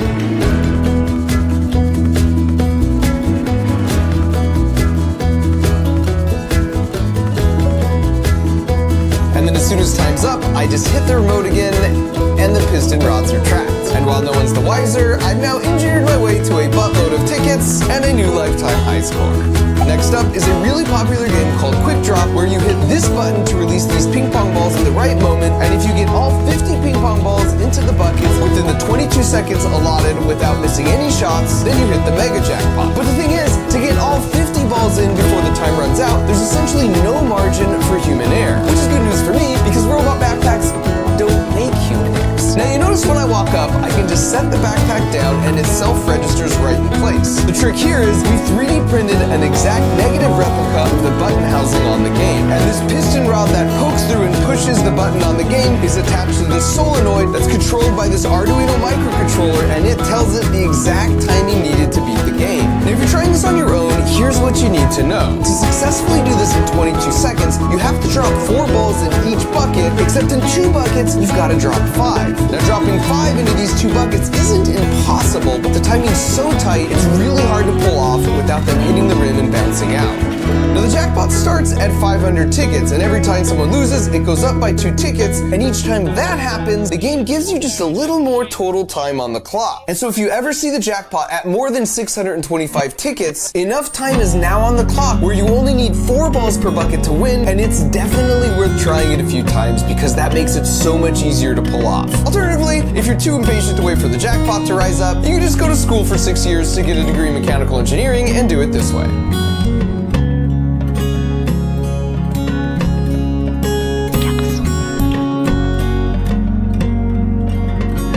And then even as all 554 sweet, delicious tickets are being added to your account, you can just inconspicuously walk away with your backpack in tow. For our next game, we've got the perennial arcade favorite, air hockey. Now this is the most complicated of all the builds because if you look closely here at the top, there's a hole in the bag for a camera to look out through. Then stripping away the backpack, you can see that camera connects to the brains, and in this case, it's a Raspberry Pi, which is basically like a mini computer instead of just an Arduino microcontroller like all the other builds have used so far. The reason this one needs a bit more brain power is because it uses computer vision to track the puck, and based off the trajectory, it makes a prediction, then sends instructions to rotate this servo, which is attached to an arm that moves the paddle and protects the goal. And perhaps my favorite part of this build is that it obviously won't work if the whole thing is sliding and moving all around. So we need to anchor it down securely into position, but we need to do that quickly and discreetly. Our solution here is a pair of neodymium toggle magnets. So if you simply turn both of these knobs, the rare earth magnets move into position and anchor it to the steel frame of the air hockey table, and it's basically cemented in place as you can see here.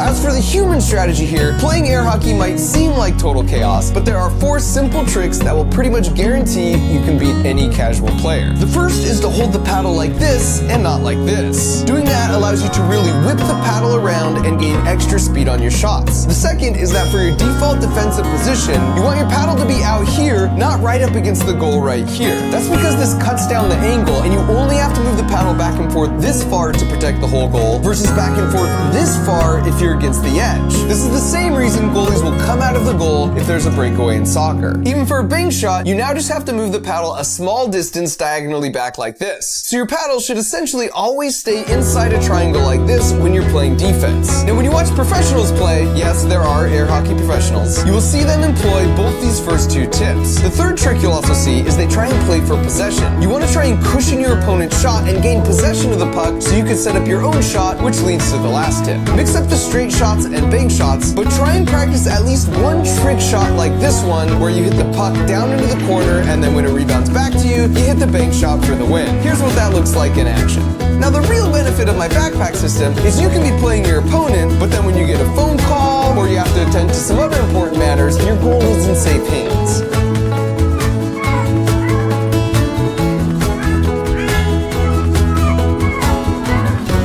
And then at your own leisure, you can eventually just come back and finish things off. Then with the victory securely in hand, you just disengage the 2 toggle magnets with a twist, and you're good to go. And finally, we've got the ultimate test of strength, the punching bag game. Now for this one, to make it more interesting, I wanted to find and challenge the guy in the arcade whose muscles looked the least like mine. So I stepped up first and rocked a 678 out of a possible 999. But then he stepped up and rocked an 877. And since that's bigger than 678, the trash talking commenced. Maybe spend a little less time at the computer,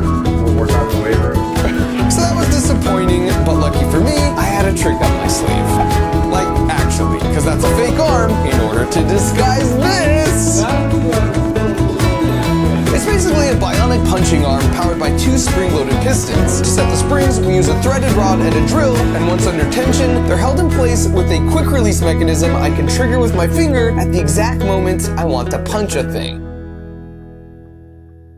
And I would classify the initial test in the lab as encouraging. Now it's important to note, to play by the rules for this game, there's no side punching, pushing, running, kicking, or headbutting. But you'll notice there's no rule against spring-loaded piston punching gloves.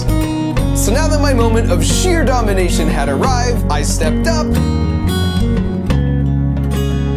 and rocked an 838, which was less than 877, which was disappointing. And in hindsight, I should have known it's really hard to compete with the human body in terms of things like punching and throwing, because we're just so efficient with those mechanics, and I have to sacrifice a lot of the speed and momentum of my own arm body system when I'm wearing that heavy wrist-mounted puncher. But you know what? I'm a fighter, and what I lack in muscle mass, I make up for in tenacity. So out of curiosity, I took a closer look to see how the machine actually works. And it turns out it has a beam brake sensor just like the basketball game. So as that odd-shaped metal piece, which is attached to the axle and punching bag, rotates around, the beam has this tiny window to hit the sensor. You can see the sensor in the front view here. So the game cleverly measures how many milliseconds the sensor sees the beam for, and from that, it infers how quickly the bag is rotating on the axle, and therefore how hard it was punched. And this gave me an idea. So I went to the prize counter and redeemed a few of my jackpot tickets I'd been stocking up in exchange for a Pez dispenser. Step 1 was to unwrap and eat some of the Pez, because they're just delicious. And then for step 2, I removed the head and cut the arcade card like this, and then taped it here, and then went and tracked down my new friend. My theory was that if I extended the Pez dispenser and modified card out like this, and then let go, the force of the spring would retract the card, and it would break the beam so fast, the machine would think it was an insanely fast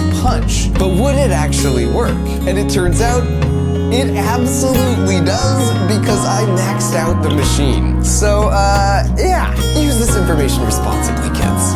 Now, a few years ago, I made a video where I visited the carnival and collected data on all the games and then used physics to expose which carnival games were rigged and then showed how to beat them. So this time around, instead of the carnival, I once again bribed some family friends with unlimited Slurpees in exchange for them collecting a bunch of data at some local arcades. And in addition to uncovering which games were scams, which I'll cover in just a minute, here's what we discovered. For starters, the most popular games in the arcade were the redemption games, as opposed to the experience games. And here's what I mean by that. Redemption games are the games where the goal is to win tickets. So like the coin pushers, or this Plinko game, or spin the wheel. On the other end of the spectrum, you have experience games like air hockey, skee ball, or racing games. It's a trade-off, because the games on this side of the spectrum give out more tickets, but it's not as much about the fun of the experience. And then in the middle of the spectrum, you have games like the ping pong drop or hit the clown that have middle-of-the-road ticket payouts, but they're also middle-of-the-road fun to play. Now, since the games on this side were a lot more popular, they earn a lot more money for the arcade, even when you factor in the higher ticket payouts. We found that for a medium-sized arcade on a busy day, the less popular games were played 25 times, and the more popular ones could be played up to 250 times or more. At an average gameplay of $1, that means each game makes $25 to $250 per day, or about $7,000 to $70,000 per year. And finally, we found that if your sole goal was to win tickets, coin pusher games like this Avengers one seem to be the best return on investment. But honestly, you can just ask one of the workers there who are hanging out making minimum wage and are probably pretty chill, because chances are they'll just tell you which ones they regularly see pay out the best. Alright, so finally, let's get to the real juicy part and talk about which games we discovered were basically scams. Now, I actually have some experience in this area, because a few years back, I built my original backpack arcade robot to dominate this game. Basically, it would sense the light turning on a few lights in front of the jackpot light, then it would hit the button with sub-millisecond precision, and then we would touch nothing in between runs, and yet it would alternate between missing both short and long. In other words, the timing on the jackpot light doesn't match up with the duration it's lit, and it's very different from all the other lights. You can actually test this yourself by picking a random light, and you'll find miraculously you could somehow hit that random light every single time you try. Now this caused me to dig a little deeper, and after a bit of research, I was able to locate a copy of the owner's manual, at which point I discovered the arcade owner could just manually set how often a jackpot should be won. So this time around, I was curious what other games were essentially running the same scam, where you think it's a game of skill, but in reality, the arcade owner is controlling when a jackpot's won. And as it turns out, this really popular game called Stacker employs the same trick. This other really popular game, Keymaster, and this Cut the Rope game are also in fact running the same scam. In all three cases, I was able to get a hold of a copy of their owner's manual, and each one has some language around how the arcade owner can specify how often a jackpot occurs. I also found many, but not all claw machines have language around how it will close with full strength, but then back off to a much weaker strength of whatever is set by the owner. For this reason, it's best to try for prizes closest to the exit hole to minimize the amount of time it's held in the claws. And I call these games scams because they present themselves as winnable games of skill, when in reality, it's essentially a random dice roll that is heavily stacked against you. And just like at the carnival, the most lucrative games are those where people overestimate their chances of winning because they seem to get close, but they don't quite win. In gambling psychology, this is known as the near-miss effect, and it will lead to increased play of the slot machine. But this is much worse than a slot machine, because at least in that case, you know it doesn't matter how you pull the lever because it's random chance. And on top of that, those games are regulated, so there is a minimum payout required by law. So for every dollar, for example, put into a slot machine, they have to pay out at least 80 cents back to the players. But for those scam arcade games I just mentioned, the default payout rate is on average 20 cents for every dollar you spend, but a shady arcade owner could basically set that to zero and no one would know, and that would be perfectly legal. And that's especially messed up because it's primarily played by kids. So if you remember nothing else, just try and pick games that avoid any sort of digital winning element that can be rigged, because in those cases, you just never really know what your chances are. These games, however, are all great options to at least have a better sense of your actual odds of winning. I've checked the manual for all of these, and what you see is exactly what you get. And I can vouch, some arcades are more fair about this than others. For example, my home arcade here refuses to carry any of the games that can be rigged against you, which I think is pretty cool. However, if they happen to see this, my only suggestion is that moving forward, they should probably institute a no backpacks allowed policy. And perhaps also don't let people redeem tickets for Pez dispensers. I built a new massive secret lab that the average person will never find because the only way in is through this fake old dusty office. But I'm gonna give you guys a hint.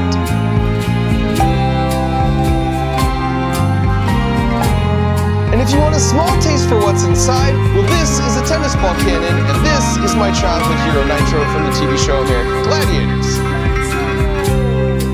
And he's gonna try and shoot me with the tennis ball cannon from the show as I try and not get shot. The only problem is, I've made some modifications to the cannon, and it shoots tennis balls stronger than the original. Like, a lot stronger. But before we see if I actually live, I'd like to introduce you to my brand new Willy Wonka factory for engineering I've been secretly designing and constructing over the past year and a half. Not only have I been making all the builds for my YouTube videos here, but it's also the birthplace for the most ambitious thing I've ever done, which I'll show you in a few minutes. It's got secret passageways, and $10,000 in a glass suitcase if you can fire a tennis ball into the bullseye, the world's longest Hot Wheels track, rooms that magically reveal themselves, and a handful of some new engineering inventions that I came up with just for the lab. Since I was like 8 years old, I've had this dream to design and build my own warehouse, and this is it. Welcome to Crunch Labs. So today, I'm gonna walk you through my 10 favorite things about this place, and then at the end of the video, I'll explain how you can actually come out here to build with me and my team for a day. With that, let's jump right into number 10, which is basically a way better version of a fireman's pole. Now the best thing about a fireman's pole is that it's more exciting than using the stairs. But other than that, they kind of suck. I either do the thing where I hit the ground too fast and burn my hands, or I do the thing where I sort of squeak my way down and I still burn my hands. So I thought, what if you could walk off the balcony holding a rope that ran through some pulleys and was connected to some kind of counterweight? Well, that works great, and you land at the perfect speed as long as you weigh just a little bit more than the counterweight. But unfortunately, if you weigh less, you're not going to go anywhere, and if you weigh too much more, you're still going to land with a crash. If only there was a way to have a perfect soft landing no matter what you weigh. Well, it turns out there is. Using the power of pneumatics. This is actually the same tube and piston we used for the last Devil's Toothpaste explosion. Only this time we just let the natural restriction of the air having to squeeze by the piston slow you down. So instead of the fireman's pole, we got the fireman's piston. It's so fun, and you basically feel like a superhero every time you use it. But more importantly, it works the same no matter what you weigh. Here's a family friend who weighs half as much as I do, and she sticks the landing like a pro just the same. Next up, if we walk over here, we see number 9, which is the Nerf Armory. This of course allows me to pick my weapon of choice and then to perch myself up here on the balcony to keep an eye on my team and motivate anyone that I think just isn't working hard enough. But you'll notice there's a second fireman's piston over there, only the rope on this one has a foothold and lowers half as slow, which means on the way down, you can get real Jason Bourne with things. Then number 8, we've got this cool hangout area on the balcony overlooking the workspace. Of course, for entertainment up here, we got chopsticks. Hey chopsticks, play me a banger. Wow, the perfect choice. Then right here we've got an original blueprint from a Mythbusters episode, a couch that transforms into a Couch Plus, as well as a chair that transforms into a Chair Plus. Then my super cool brother Brian made this super cool old school retro arcade game as a lab warming gift so I can play all the classics. Then we stole this claw machine from a Denny's and filled it with Fat Gus plushies, and it hides one of the secret passages into space, but I'll show you that one in a second. And now it's time for number 7, which next to the fireman's piston, showcases my second favorite way to make it down to the ground floor.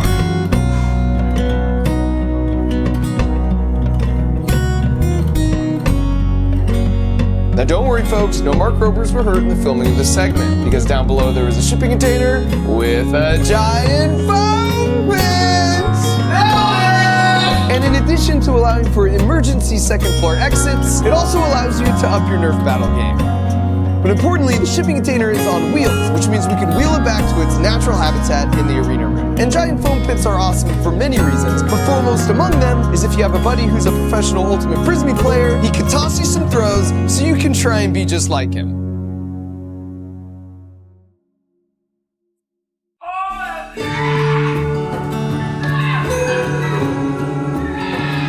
Just be prepared that when he does it after you, he's gonna make it look much cooler.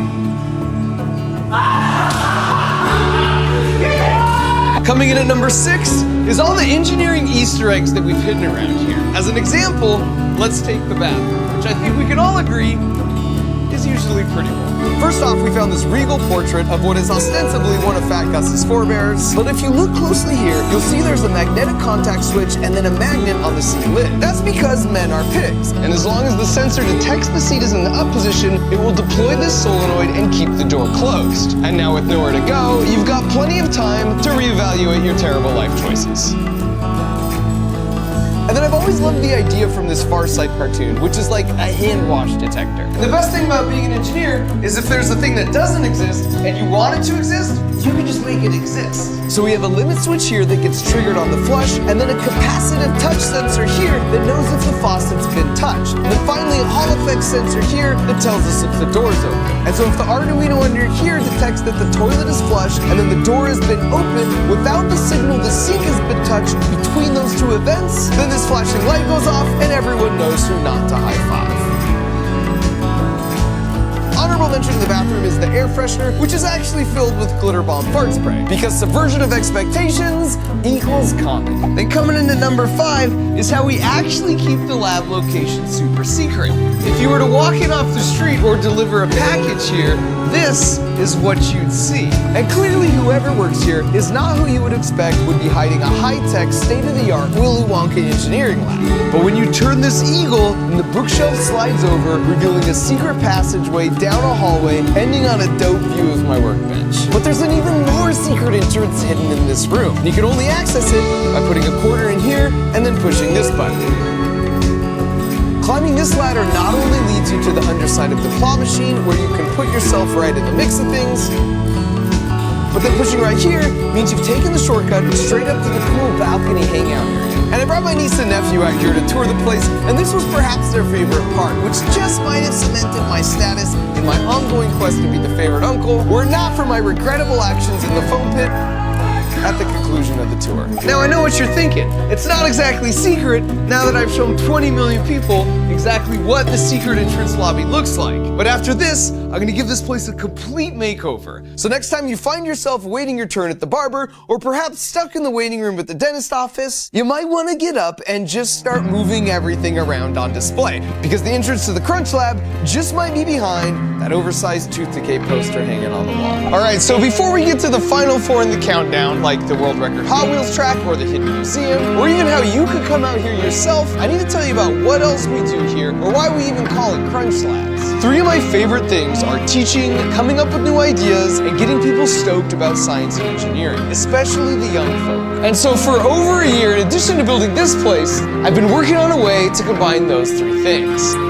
And here it is. It's called the Crunch Labs Build Box, and it's a monthly tour that gets delivered to you, where we build it together and then explore all the juicy physics that make it work. For a long time, I've had parents reach out to me and say my kid is 8 or 12 years old and they love your videos, they want to be an engineer like you. How do I foster that passion?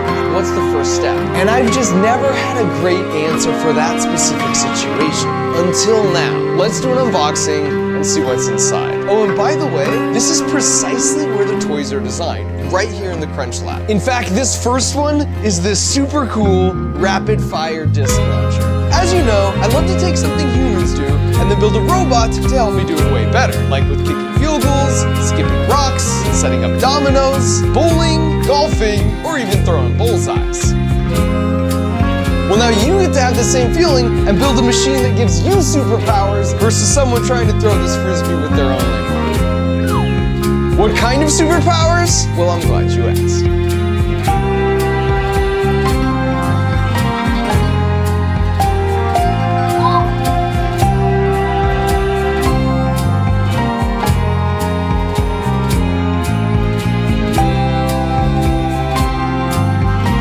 We engineered the crud out of this thing to optimize 6 rapid-fire shots for maximum glide with maximum accuracy.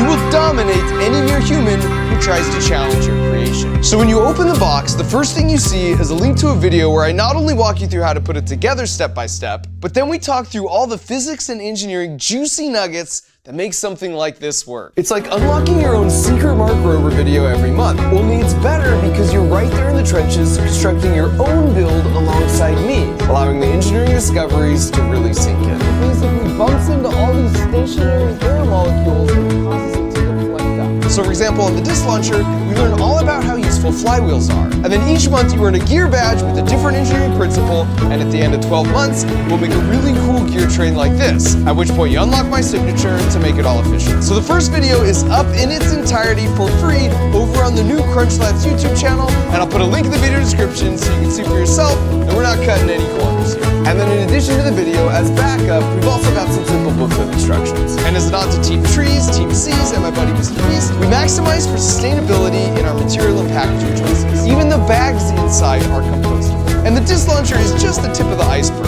In another box, we built this super cool Rube Goldberg catapult, and the gear badge here is for projectile motion. Here's a robot guaranteed to outdraw your brother, where we learn about linkages. Or there's this coin spinner machine that gives you the superpower of spinning a coin better than any human. And there we learn about ratchets. And you get 2 of them, so you can compete in a Beyblade style fight to the last millisecond. There's a bunch more, but I want it to be a surprise for you, so rest assured, we designed our hearts out on every single last one. And just like it says on the box, my goal with Crunch Labs is to help you think like an engineer. That means you think critically. You can break a problem down into manageable steps. Thinking like an engineer makes you a better soccer player or piano practicer or math studier. Because you're resilient, you know it's not only okay, it's important to fail a bunch in order to hit that big breakthrough. That's why it's called Crunch Labs, so we can crunch and break and fail things so we can learn fast. That's literally the process of how I make every single one of my robots that eventually works out awesomely. There's just no better teacher than a good crunch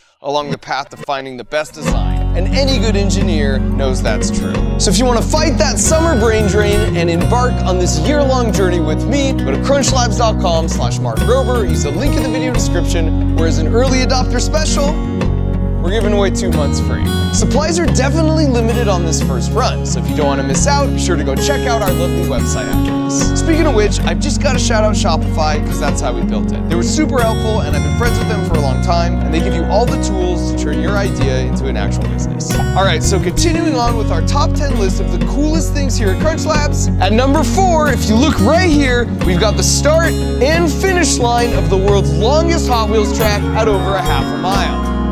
Here we go. Now the Crunch Labs is big, but not exactly half a mile big, which is why we had to employ some clever switchbacks to do the trick. But after doing one, we realized it only got us like 10% of the way there, so we scaled it up to fill an entire wall. Now we were employing over 75 of the official Hot Wheels speed boosters to help manage the balance of our potential and kinetic energies because that's allowed in the rules. And it's just kind of fun to watch it go back and forth and back and forth.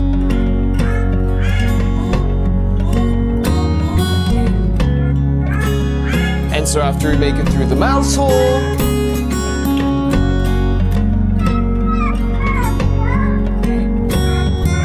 and travel around the bend, we complete the loop and set an official new world record.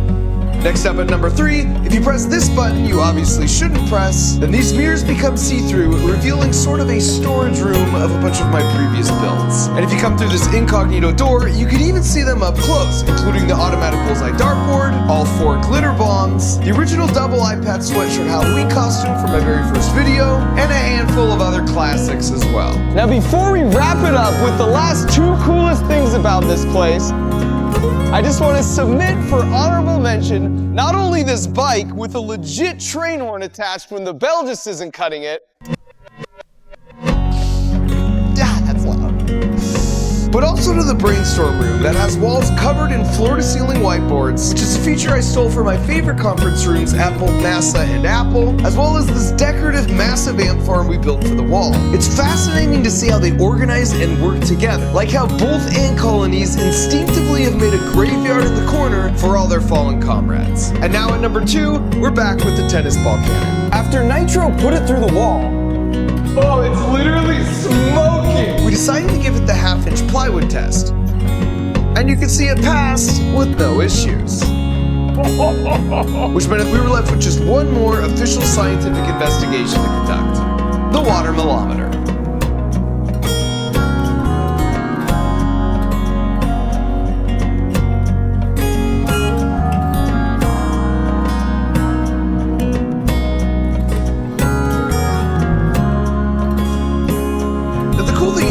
You might have noticed this glass suitcase attached to a chain with $10,000 cash in here. The deal is you can practice as much as you want, and I even set up some additional targets for that purpose.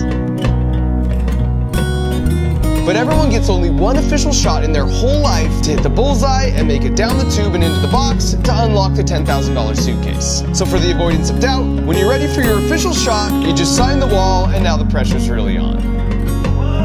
And as for Nitro, oh, I love it. He's talking trash. Even though I did make him reduce the pressure to 1/5 full power. You're going down!